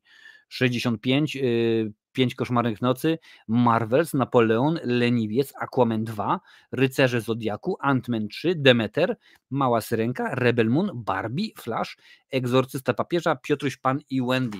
I teraz jeszcze czekamy na jeszcze jedną propozycję od was. W zasadzie, gdzie ja mam tego, co właśnie chciałem wam proponować. Jest, mam tutaj, słuchajcie, ode mnie dostajecie taką propozycję, zobaczymy, co na to powiecie. Blef doskonały. Słuchajcie, już wam czytam, o czym jest. Korzystając z pandemii i co za kur... Korzystając z pandemii i pracy w maseczkach, trójka pracowników Banku Narodowego postanowiła okraść własny bank. Niezauważeni wynoszą 100 milionów euro w złocie, ale to dopiero początek problemów. Michał Węgrzyn to wyreżyserował, 31 marca, polska premiera, a występują w tym filmie, umówmy się, Karolina Chapko-Cichopko, czy jakoś tak, Paweł Piotrowski, kto to jest, Tomasz Oświeciński, mieli być aktorzy, a nie jakieś takie, wiesz, stwory ludzie podobne. O, popatrzcie, nawet się znalazł tutaj ten, Noriaki Kasai jest, ale zaje fajnie, super, no elegancko. No niestety nie było wegi i konkurencja to zrobiła, musiała coś zrobić. Także to jest moja propozycja, ale widzę, że nie ma uznania, ale tutaj widzę, że pojawia się pani, zaje super, patrzcie. Jest, raz, dwa, trzy wchodzisz do gry, raz, dwa, trzy wchodzisz do gry, raz, dwa, trzy wchodzisz do gry, a Noriaki Kasai sobie musi poczekać. 1, 2, 3, wchodzisz do gry. No dobra. Więc słuchajcie, mamy już listę 20 nominacji. Jak już mówiłem, listę stworzę, w środę opublikuję link na wszystkich mediach społecznościowych, będziecie mogli. Ormando, ja tobie pisałem, film do ciebie leci.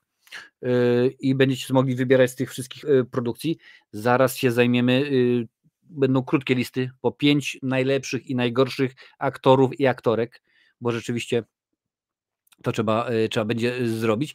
Nie będziemy kombinować jakoś tak bardzo fajnie, więc zrobimy szybciutko, żeby nie było kombinowania, więc od razu lecimy, panie i panowie. Słuchajcie, najgorsze aktorki minionego roku. I tutaj mówię od razu, trzeba podać aktorkę, wybieram tylko 5. Wybieramy aktorkę i trzeba podać film. To nie to, że powiesz, ale ja pamiętam, jak Joanna Pacuła zagrała beznadziejnie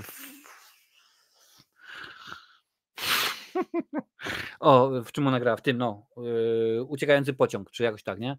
A nie, musisz podać film i to film z zeszłego roku, więc najgorsze aktorki, słuchajcie. Piszcie, co to jest. Nie mam pojęcia, co to jest Sadie Sink. Więc najgorsze aktorki w ogóle. Chcieliście, to macie. Zacznijmy od najgorszych aktorek. Takie, które po prostu były beznadziejne. Najgorsze aktorki. Najgorsze aktorki. Nieważne. Polskie, zagraniczne, czy cokolwiek. O, proszę bardzo, jest pierwsza propozycja. Brie Larson, panie i panowie. Więc w tym momencie, jeżeli w ciągu minuty jeszcze 2 osoby napiszą Brie Larson, to zostaje ona nominowana. Jest 5, tylko i wyłącznie 5 aktorek. Nie będziemy się rozwodzić na 20, bo to byłoby za dużo. 5 aktorek. Jurek pisze, Larson może iść do listy. Mamy 2 i jeszcze 1 osoba. I dawać mnie dalej. I lecimy dalej. Po 5 najgorszych aktorkach zrobimy 5 najgorszych aktorów od razu. A czemu by nie? Nie będziemy nikogo wykluczać. Niech mają gówniaki, jak robią gówniane filmy, które się po prostu... A może ja znajdę jakieś adresy ich agentów i im wyślę list pochwalny, w którym powiem, że ale jesteście beznadziejni. Na razie Larsona macie jeszcze 20 sekund na to, żeby napisać Larson ma iść na listę i będzie nominowana. Może być Larson, pisze Ormando, proszę bardzo, Brie Larson,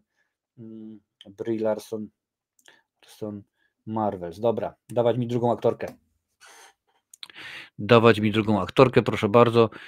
Tutaj dorzucacie, że Natalia Sierzputowska za cały ten rzeks. Natalia Sierzputowska może być. Więc ją mamy. Wiciu, wpisałeś Michelle Pfeiffer, wpis za który film? Ja domyślam się, że chodzi ci o Ant-Mana, ale wpis, żeby było pro forma. Teraz gadamy o Natalii Sierzputowskiej. Wyobrażacie sobie w Hollywood? And the Oscar goes to Natalia What the fuck? Natalia Kobieto, zmień sobie nazwisko na potrzeby filmów normalnie. Jakieś normalnie, Borys Szyt na przykład. Bo to też pseudonim cudownie, proszę bardzo. Uwielbiam panią, ale ten film to było dziadostwo straszliwe. Ja tych sobie nie znam po nazwisku zbytnio, no to masz przerąbane. Mamy Natalię Sierzputowską, nie? Razy raz. Zobaczymy. Tak, zaraz damy propozycję Wicia i propozycję Ormando, bo widzę, że się pojawiły. Dobra, i Natalia Sierzputowska nie przyszła, więc teraz wrzucamy, no umówmy się panie i panowie, Michelle Pfeiffer za Ant-Mana 3, no bo to inne rzeczywiście nie ma. Nie ma znaczenia, czy rola pierwszoplanowa, drugoplanowa, czy coś, po prostu jak się pojawiło i było słabo, to dajecie. Więc teraz Michelle Pfeiffer, panie i panowie, za Ant-Mana 3. Więc czekamy. Zaraz po tym wrzucimy Salmę Hayek od Ormando. Jak to brzmi? Salma Hayek od Ormando. Czekajcie, muszę puknąć gardło. Mówiłem wam, że ten debil nic do herbaty nie wlał. Zwykła herbata. Normalnie. Czekamy na Michelle Pfeiffer. A tam była jeszcze ta druga, nie? Co grała Osę. Ona się też jakoś tak nazywa.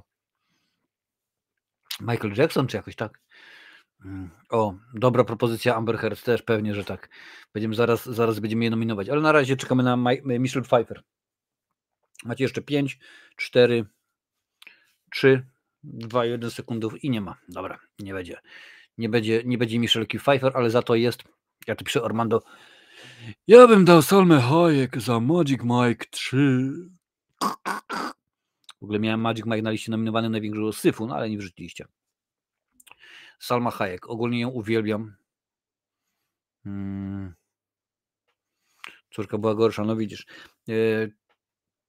Czekamy, czy rzeczywiście według was Salma Hayek jest. Pamiętajcie, to nie jest za całokształt. To nie jest to, że musicie powiedzieć, Robert Lewandowski jest beznadziejny, to nie będzie go w 10 najlepszych przeglądu sportowego czy coś. Nie. Tylko i wyłącznie za ten film, za Magic Mike'a 3. Salma Hayek vote wrzuca Leszek Rutkowski. Okej, może być. Coś jeszcze. O, widzisz, Lancel też dobry pomysł. Ja w ogóle miałem matkę do nominacji dla najgorszego filmu dać, ale też właśnie nie daliście. No więc macie jeszcze 20 sekund na Salmę. 20. Salma Hayek vote. Ale 2 godziny już w mordę jeżdżę, ale dzisiaj gadamy. A to chyba tylko dlatego, że mogę. No dobra, na razie Salmę. Na razie widzimy, że piszecie o Ani i o Jennifer, ale na razie, że... Dobra, koniec. Nie będzie Salmy. Patrzymy dalej, co tu piszecie. Proszę bardzo. Ania, dlaczego ja? Ale to jest chyba ten serial, nie? To serial nie. Nie wiem, nie oglądam. Dobra, Amber Heard za Aquamana 2. Za Aquamana. Jak to się fajnie... Amber Heard za Aquamana. Ona jest zakłamana, ale skruch. Nie czujesz, że rymujesz normalnie. Jesteś rewelacyjny. Wygrałeś talon na balon.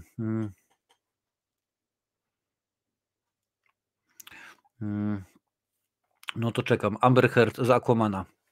A Aquamana 2. Kto mówi? Dobra, będziemy patrzeć.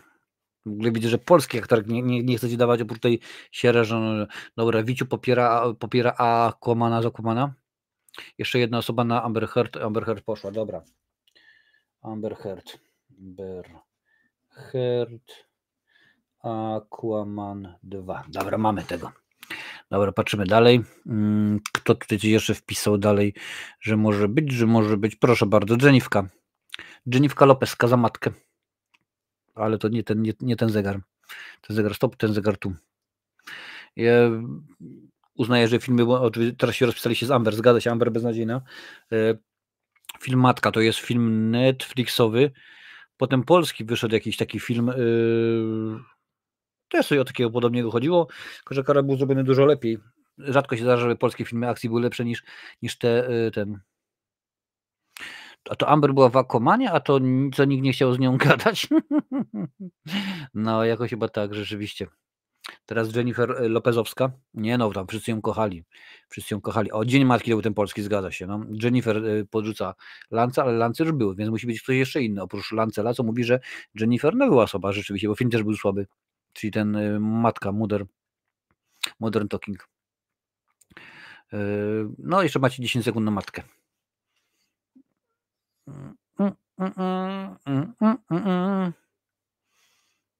No i nie będzie matki. Bardzo mi przykro. Patrzymy dalej, co tutaj jeszcze wpisywaliście.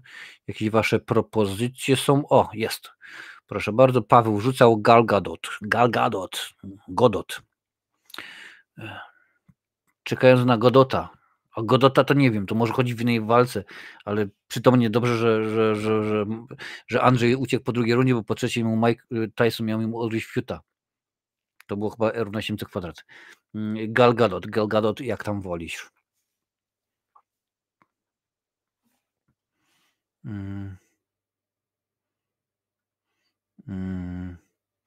Matka. Dobra, no to Jennifer dostaje za matkę też przy okazji. Okej. Jennifer Lopez, matka. Dzięki, że mi dajecie znać. Dzięki, Juresie.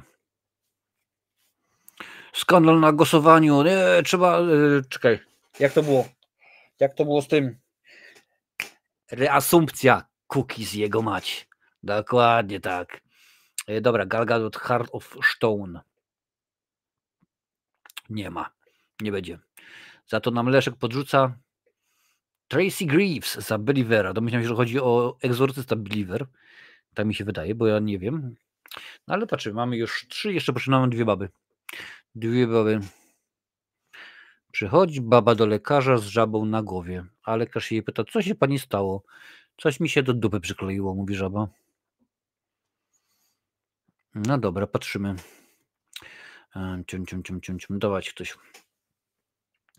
Bo tak w sumie, jeżeli nie będzie, to najwyżej skończymy tylko na 3 słabych, beznadziejnych aktorkach i tyle. I potem przejdziemy do 3 słabych, beznadziejnych aktorów i tyle. Nie będziemy kombinować. Wtedy sobie wybierzecie jeden, było 1 z 10, był pan Artur, to będzie 1 z 3 i koniec. Dobra. Więc umówmy się, że do końca tego odliczania wpisujecie jakieś propozycje. Jak nie będziecie mieć propozycji, to wywalamy wszystko i lecimy z aktorami.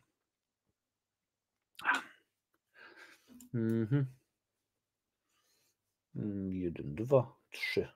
Sio. Dobra, dajecie tutaj, proszę bardzo, Hailey Bailey jako mała syrenka. Hailey Bailey? To gdzie wystąpiła córka tego? Córka Krawica przecież wystąpiła w Batmanie, mi się porypało, nie? No tak, ona w tym Batmanie jest tym, z Robertem Pattisonem, tym co się świecił. Czyli mała syrenka. Czy uważacie, że mała syrenka nie dopłynęła do brzegu?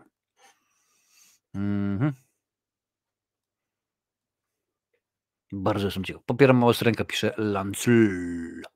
Okej, Lancel popiera. Lancelul? Jakoś tak. Więc jeszcze jedna osoba, która popiera Lancelela i Jureka i będzie Eureka. Będzie mieć syrenkę małą, ale dzisiaj naprawdę sam sobie przyznaję, ma nagrodę imienia Strasburgera za najlepsze suchary.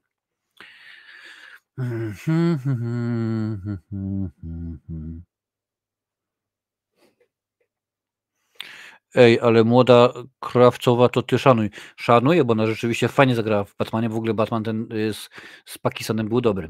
Dobra, nie ma Hailey Bailey, panie i panowie, więc zrobimy tak, że listę najgorszych aktorek zamykamy 3 nominacjami. Bo nie będziemy kombinować, nie będziemy tutaj siedzieć do jutra rana. I teraz zrobimy inaczej. Okay. Pyk. Mamy, dobra, mamy. I teraz wybieramy dekli, czyli najgorszych aktorów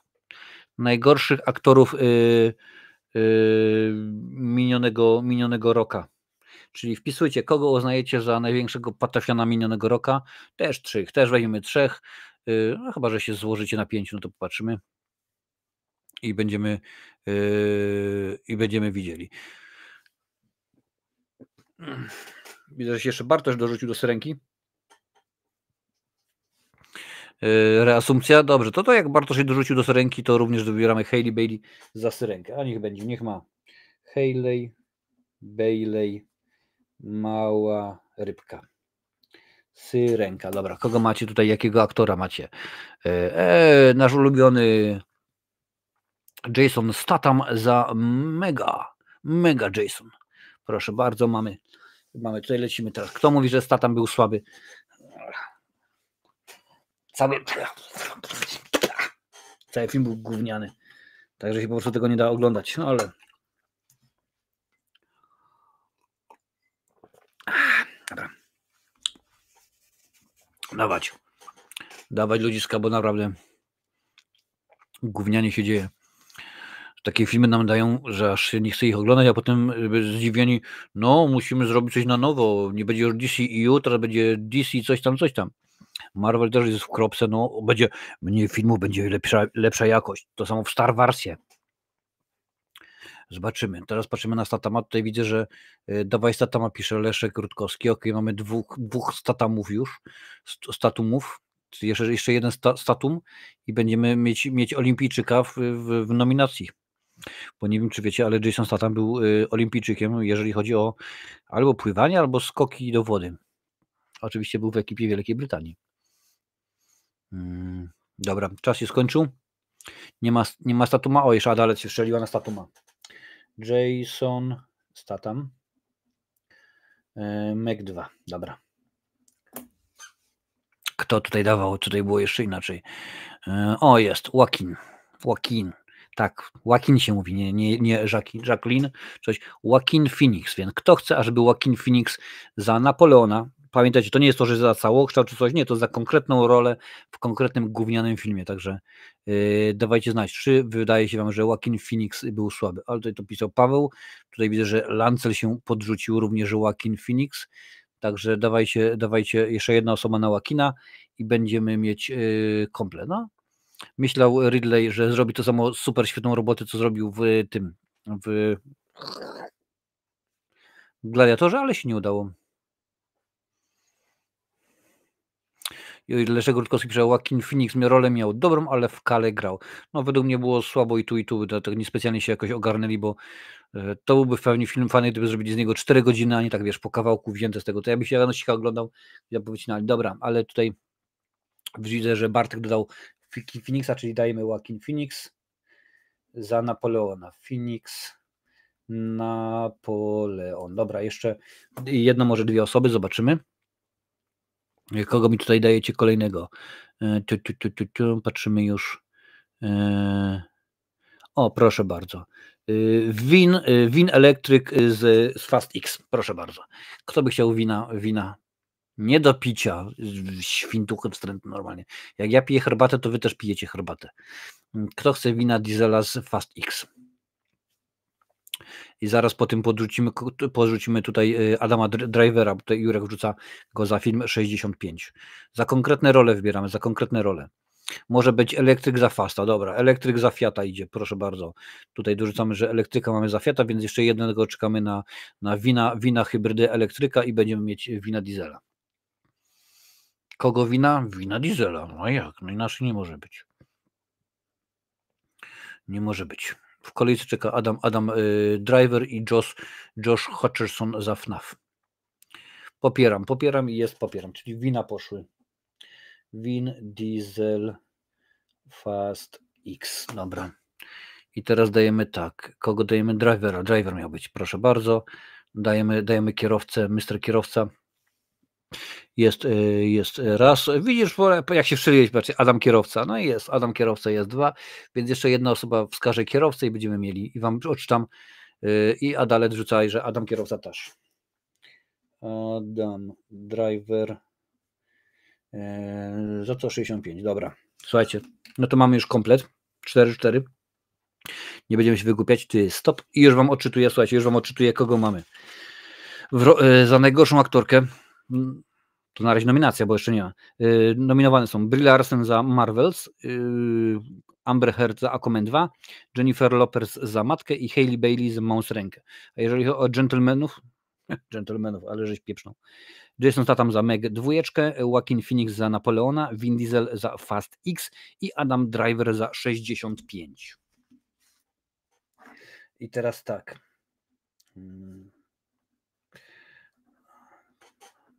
Teraz będzie wybieranie najlepszych, czyli najlepsze aktorki, najlepsze aktory. Zaczniemy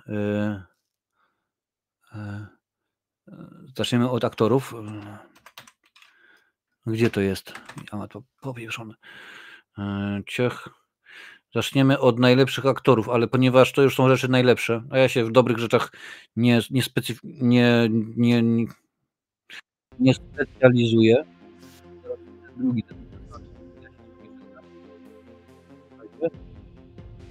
Stefanem za chwilę, a ze mną, jak chcecie obejrzeć Blues Gunner recenzję, to jest ich dużo na kanale, a jeszcze więcej jest dla wspierających, bo tam jest i Recknstein jest, i co ja tam jeszcze wrzuciłem, Titanic 666 jest, także jak chcecie, to włączcie wspieranie i będziecie mogli oglądać tego syfu od groma. Ja na razie mówię cześć i do zobaczyska z tym drugim za chwilę.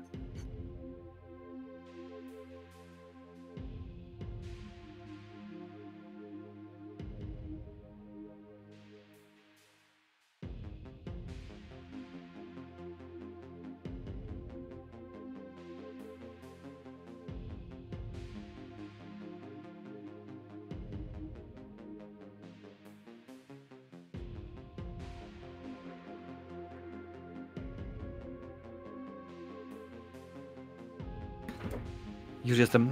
Czekajcie, już muzykę wyłączę. Nie męczę was za bardzo?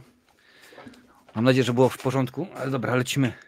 Teraz mi zostały najlepsze aktorzy i aktorki, więc zaczniemy, panie i panowie, od najlepszych aktorów 2023.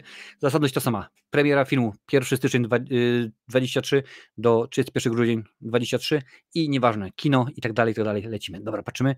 Adam Driver, ale to nie, to chyba wcześniejsze było, nie? Patrzymy, proszę bardzo.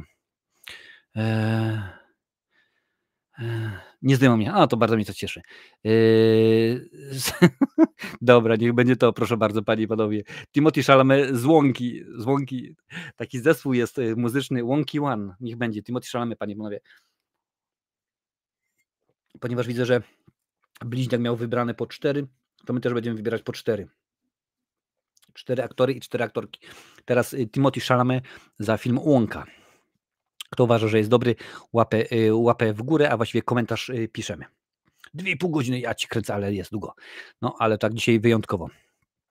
Proszę bardzo, jest popieram, więc jeszcze jedna osoba, która wskaże Timothy Nieskoszona Łąka. Taka piosenka jest z Sławomira, nie? Ty stara znów zarosłaś. Czekaj. Jakoś tak.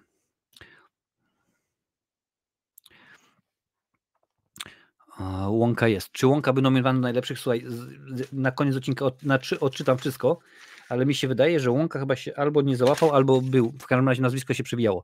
Dobra, wpisuję już Timothée Chalamet za film Łąka.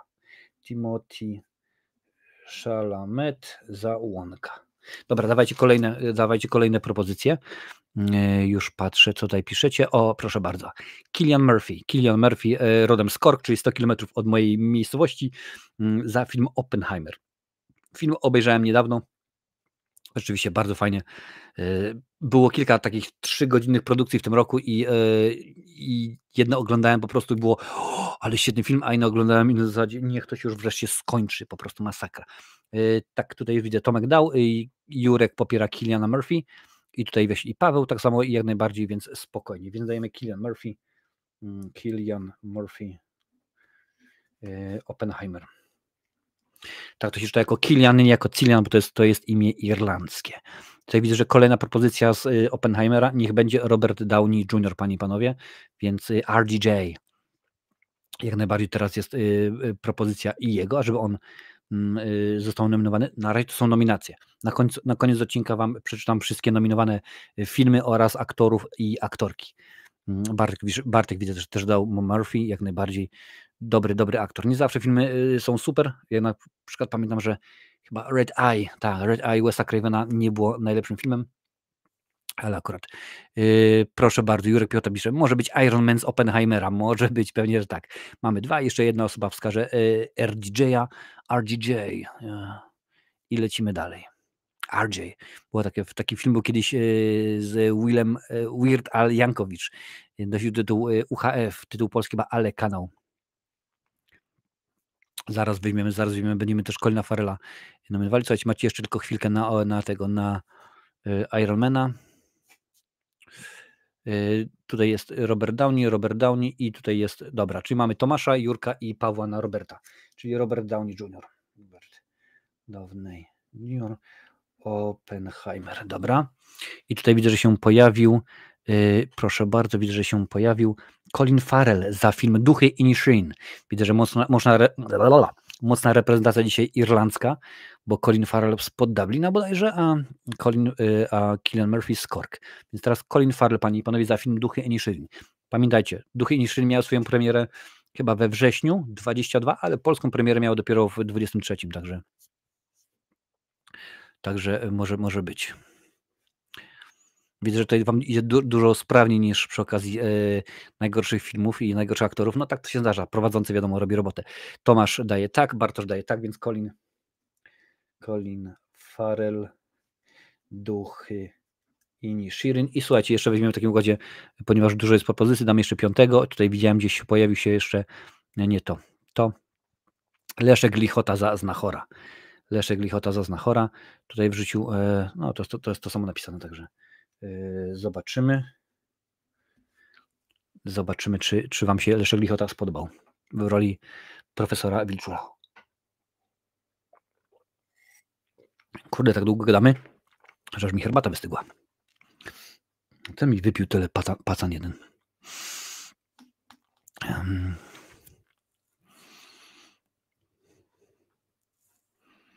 No popatrzmy. Leszek Lichota na razie jest Znachor. Lichota tak, Znachor tak. Leszek Lichota Znachor.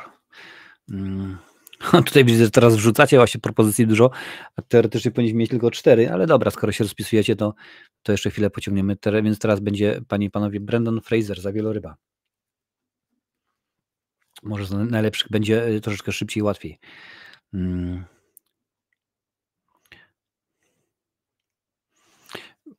Wieloryb. Przyznam wam, że jeszcze tego filmu nie obejrzałem, więc on się w mojej 10 najgorszych ani najlepszych minionego roku niestety nie znajdzie, bo po prostu nie widziałem, a akurat mam taki zwyczaj, że jeżeli czegoś nie widziałem, no to nie będzie. Tutaj widzę, że Tomasz Łysiak dodaje, że Brendan tak, jak najbardziej.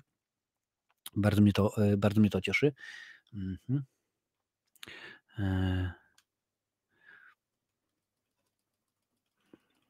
Super.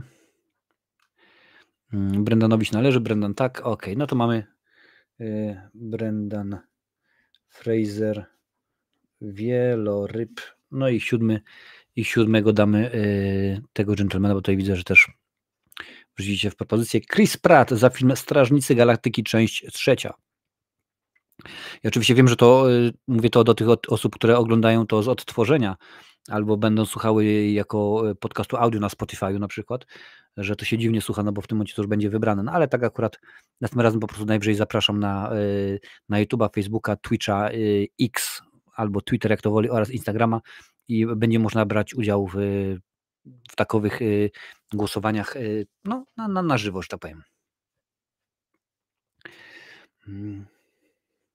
Dobra, teraz mamy Chrisa Pratta, panie i panowie. Ktoś mówi Chris Pratt,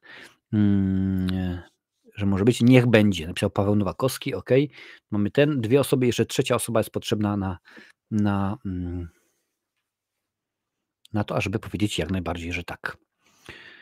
Tutaj widzę, że Leszek rzucił nam kolejną. Może być, chociaż ja wygrał go za Super Mario, nawet dał radę, choć nie dawał mu szans. No widzisz. No to słuchaj, to zrobimy w ten sposób, Jurku, skoro dajesz go tak samo, to damy, że Chris Pratt, ale damy go za 2 filmy. O, tak będzie, niech będzie. Chris Pratt za Super Mario Bros i Strażnik Galaktyki. I tutaj widziałem jeszcze propozycja Joaquin Phoenix, panie i panowie. Joaquin Phoenix za film pod tytułem Bo się boi. Mówiliśmy o tym filmie już dzisiaj. Był w propozycjach do najlepszych minionego roku, ale akurat się nie udało i nie znalazł waszego uznania, więc zobaczymy, jak to będzie tym razem.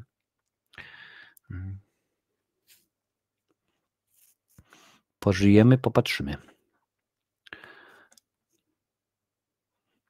Joaquin Phoenix. No, ja pamiętam go wiele lat temu. pewnie jak większość z nas, zacząłem go kojarzyć przy okazji Gladiatora. Potem to już poszło. No był genialny. Nie ma co tutaj w ogóle dwóch zdań. Był genialny w Jokerze. To było rzeczywiście niesamowite kino, ale akurat z innymi było filmami różnie, ale ogólnie to jest raczej dobry, ciekawy aktor. Ceniony. Jego improwizacja, zwłaszcza w Jokerze, mi się bardzo podobała. Cała scena wymyślona na jego potrzeby. Dobra, widzę, że tutaj się nic nie pojawia, więc słuchajcie, nie będziemy kombinować. Zostało 7 i niech będzie 7. Nie ma co się wygłupiać. Mamy 7 aktorów nominowanych. Teraz jeszcze aktorki. Oj. Najlepsze aktorki 2020. No nie to, co ja wklepuję. Proszę bardzo, najlepsze aktorki 2023 roku, panie i panowie. I tutaj również za zeszły rok oczywiście. 1, 2, 3, 4, 5, 6, aż do 7 dojdziemy. Więc aktorki za najlepszą rolę żeńską. Może to być na przykład film Tar. Pewnie, że może być.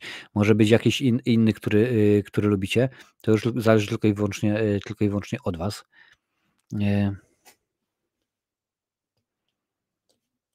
No, dajcie znać, co wam się rzeczywiście bardzo podobało w minionym roku. Aktorstwo.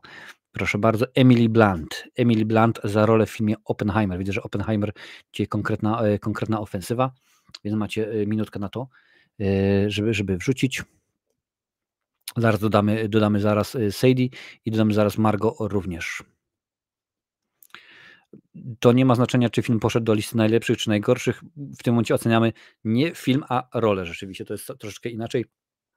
A to jest, no wiadomo, że łatwiej jest powiedzieć, ta aktorka mi się bardzo, bardzo podobała w takim, a nie innym filmie, który na przykład był odebrany pozytywnie, niż, no ale wiesz, nawet Janusz Gajos potrafił wystąpić w bardzo znanych, bardzo dobrze w bardzo złych filmach. Emily Blunt trzeba wpisać, albo Florence Pugh. Emily tak. Dobrze, mamy Emily Blunt. Emily Blunt, Oppenheimer. Dobra. Popatrzymy dalej. Ok, no to dalej mamy tutaj propozycja od Jurka, bardzo dzisiaj aktywnego piechoty. Nie lichoty, ale piechoty. Czyli Margot Robbie może być chociaż za film, który poszedł do listy z najgorszymi. Czyli Margot Robbie za film Barbie. Także dawajcie znać, czy Margot Robbie rzeczywiście wam robi robotę. Cudownie, po prostu cudownie. Zaraz wrzucimy Sadie Sings. Tutaj Paweł pisze, że popieram, więc w tym momencie jeszcze jeden głos dla Margot i będziemy mieć ją na liście.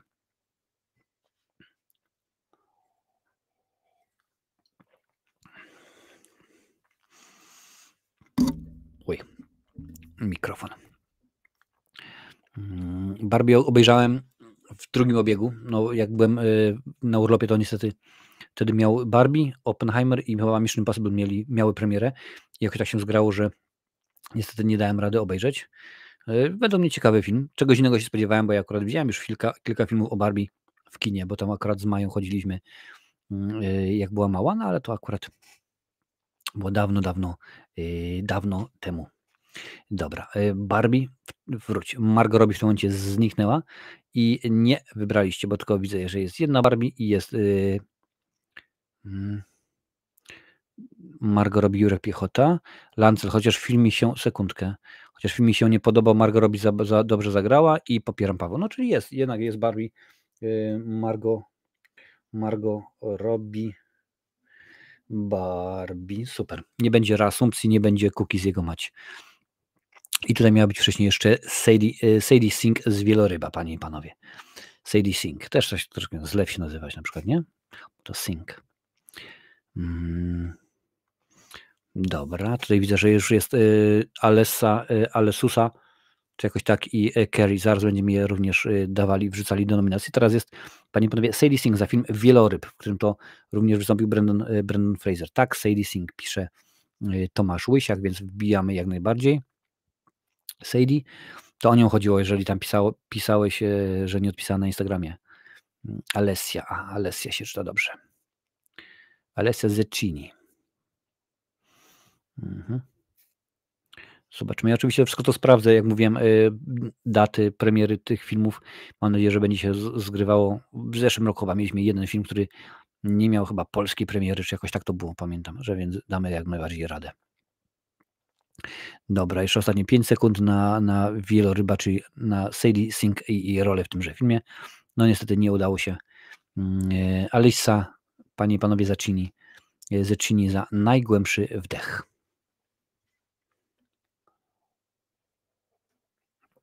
No.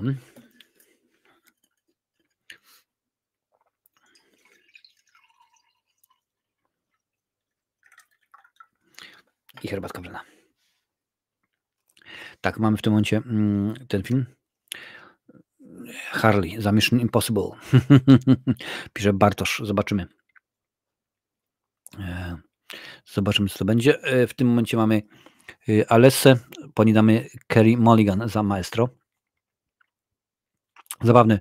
Ciekawe, czy będzie coś takiego jak... Pamiętam, to miało miejsce chyba 2 lata temu przy okazji Glenn Close. Ona wystąpiła w takim filmie jak Elegia dla Bidoków i była za ten film nominowana do Oscara za najlepszą rolę, oraz była nominowana do Złotej Maliny za najgorszą rolę, więc czasami tak się zdarza. A u nas też na liście pojawiały się filmy, które były zarówno na liście najlepszych, jak i najgorszych filmów, także to nie jest jakaś tam nowość.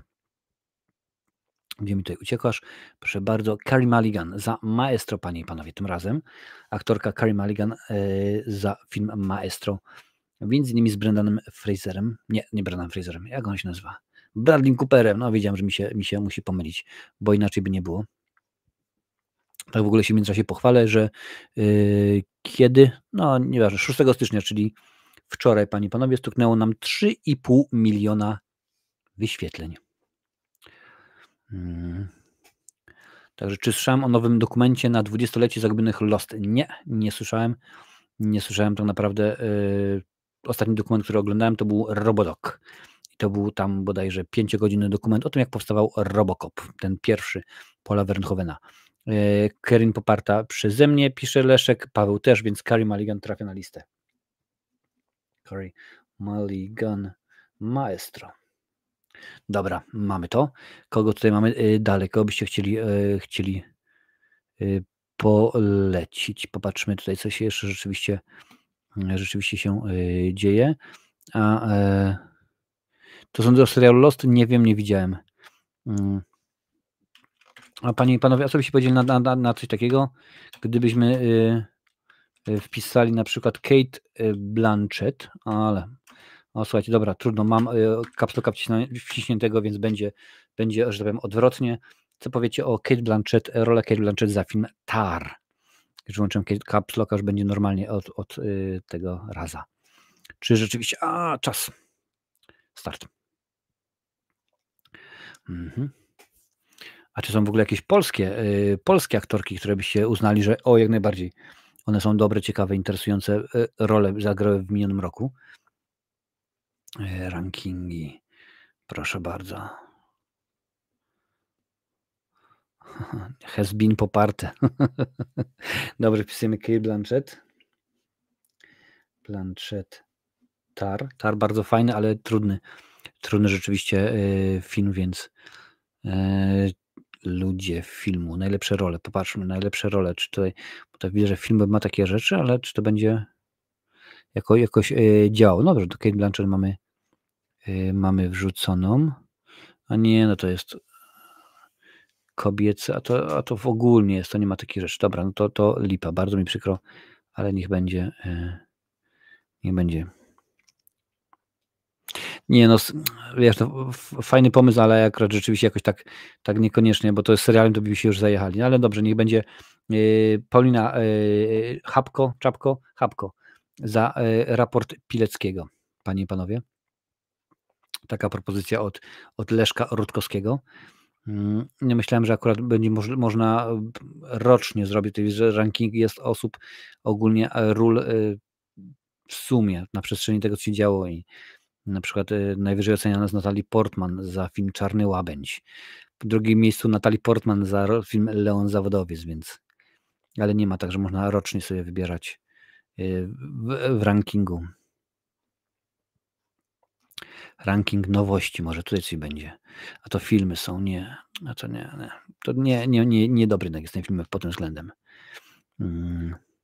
Dobrze, zaraz dorzucimy Hayley Atwell za Mission Impossible Dead Reckoning.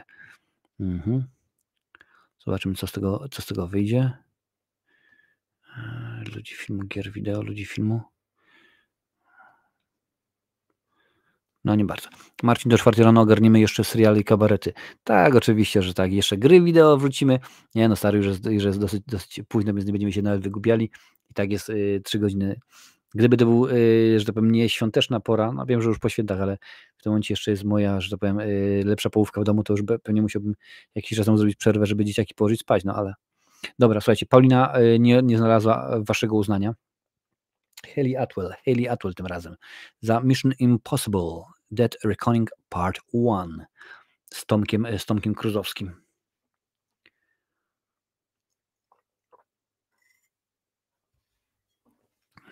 Zaskakujące jest, bo tak patrzę sobie właśnie na filmowe rankingi i najlepiej ocenianym aktorem jest Joaquin Phoenix właśnie. Drugi jest Jack Nicholson, trzeci jest Bob Odenkirk. Tak jakoś. Jeżeli chodzi o aktorki, to najlepiej oceniana jest Maggie Smith, potem jest Helena Bonham Carter, a na końcu jest Margot Robbie, no proszę bardzo. A jeżeli chodzi o reżyserów, to Tarantino, Kubrick i Sergio Leone. Nie ma tak. Popieram, tutaj pisze Paweł, więc mamy dwie osoby już, że tak powiem, na Hayley Atwell, jeszcze jedna osoba i będzie mieć kolejną aktorkę nominowaną za najlepszą rolę.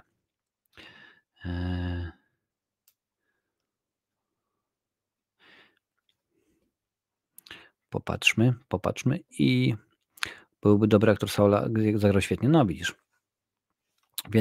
Więc Hayley Atwell też się nie spisała, panie i panowie. Słuchajcie, czy macie jeszcze jakieś propozycje względem aktorek? Ja wam, że tak powiem, dam jeszcze minutkę, która teraz właśnie leci czas i dawajcie znać, czy macie jakieś aktorki. Jeżeli nie, to zamkniemy po prostu listę 4 nazwiskami i nie będziemy się wygłupiać, że trzeba na siłę coś tam kogoś wpisywać czy wymyślać, bo to przecież nie o to chodzi. Nie, Noc Dziękczynienia to nie jest Tarantino. Noc Dziękczynienia powstała na podstawie udawanego zwiastunu, który się tam właśnie pojawiał w tych filmach Tarantino. Greenhouse, tak? Tak się nazywały. I to akurat nie jest Tarantino, także to jest taki żart miał być, no ale potem z tego żartu, z tych zwiastunów wziął się film Hobo with a Shotgun, w którym to wystąpił Rutger Hauer, wziął się Macheta i wziął się właśnie Noc Dziękczynienia, który reżyserował chyba Eli Roth, tak mi się wydaje. Nie Tim Roth, tutaj widzę Lancel wrzucił, nie Tim Roth to jest aktor. Także Bartosz dał jeszcze.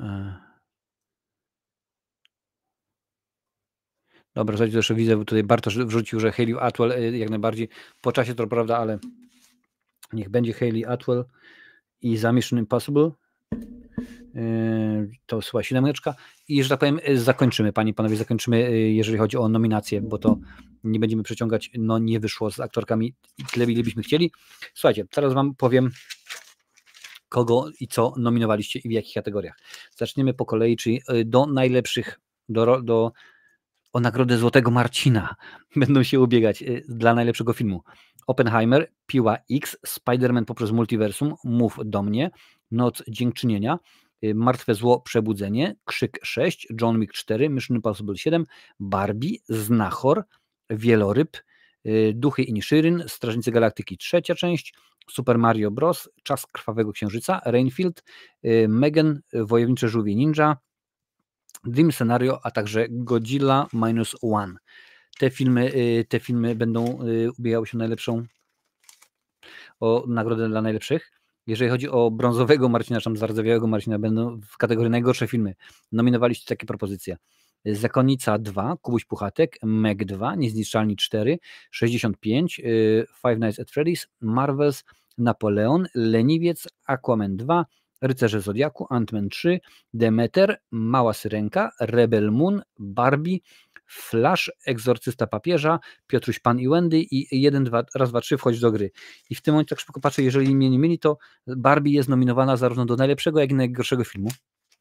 Więc widzicie, jeżeli chodzi o najgorsze aktorki, to mamy Brie Larson za film Marvels, Ali Hatwell, Amber Heard za Aquaman 2, Jennifer Lopez za film Matka i Hailey Bailey za Małą Syrenkę. To było najgorsze.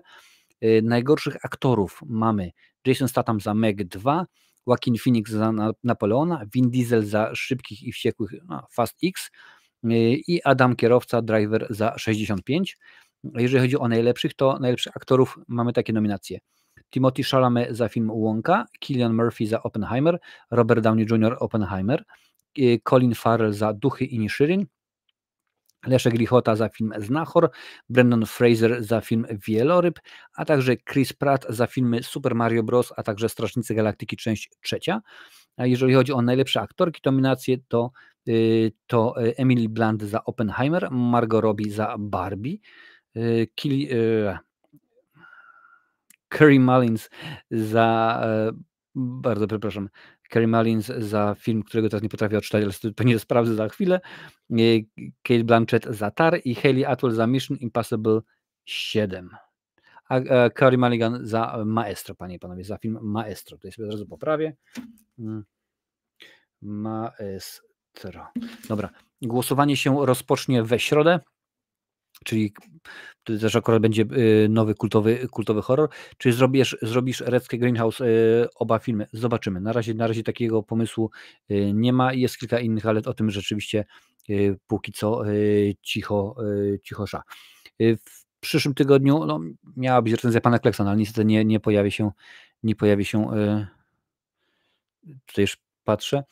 Timothée Chalamet będzie w tym roku pewnie za Paula Atreides, bo na Dune bardzo liczę i czekam. No w tym momencie jakieś przebłąkiwania są na temat Dune 3. Zobaczymy, jak to wszystko wyjdzie, czy to się jakoś fajnie uda, czy to się jakoś fajnie da ogarnąć. Będziemy wiedzieć, jak to się będzie. Będę was oczywiście informował o tym losowaniu na Discordzie, na Facebooku. Wszystkie te informacje oczywiście są w opisie. Tam możesz kliknąć, drogi widzu, droga widzko, i zobaczyć. Tutaj zaraz pojawią się tak inne filmy, dziesiątki najlepszych i rankingi z poprzednich lat. Możesz w nie kliknąć, a my, panie i panowie, teraz już co tydzień, bo święta się skończyły, widzimy się za tydzień na żywo. Dziękuję bardzo, było mi niezmiernie miło. Ten drugi mówił też, że fajnie było. Cześć.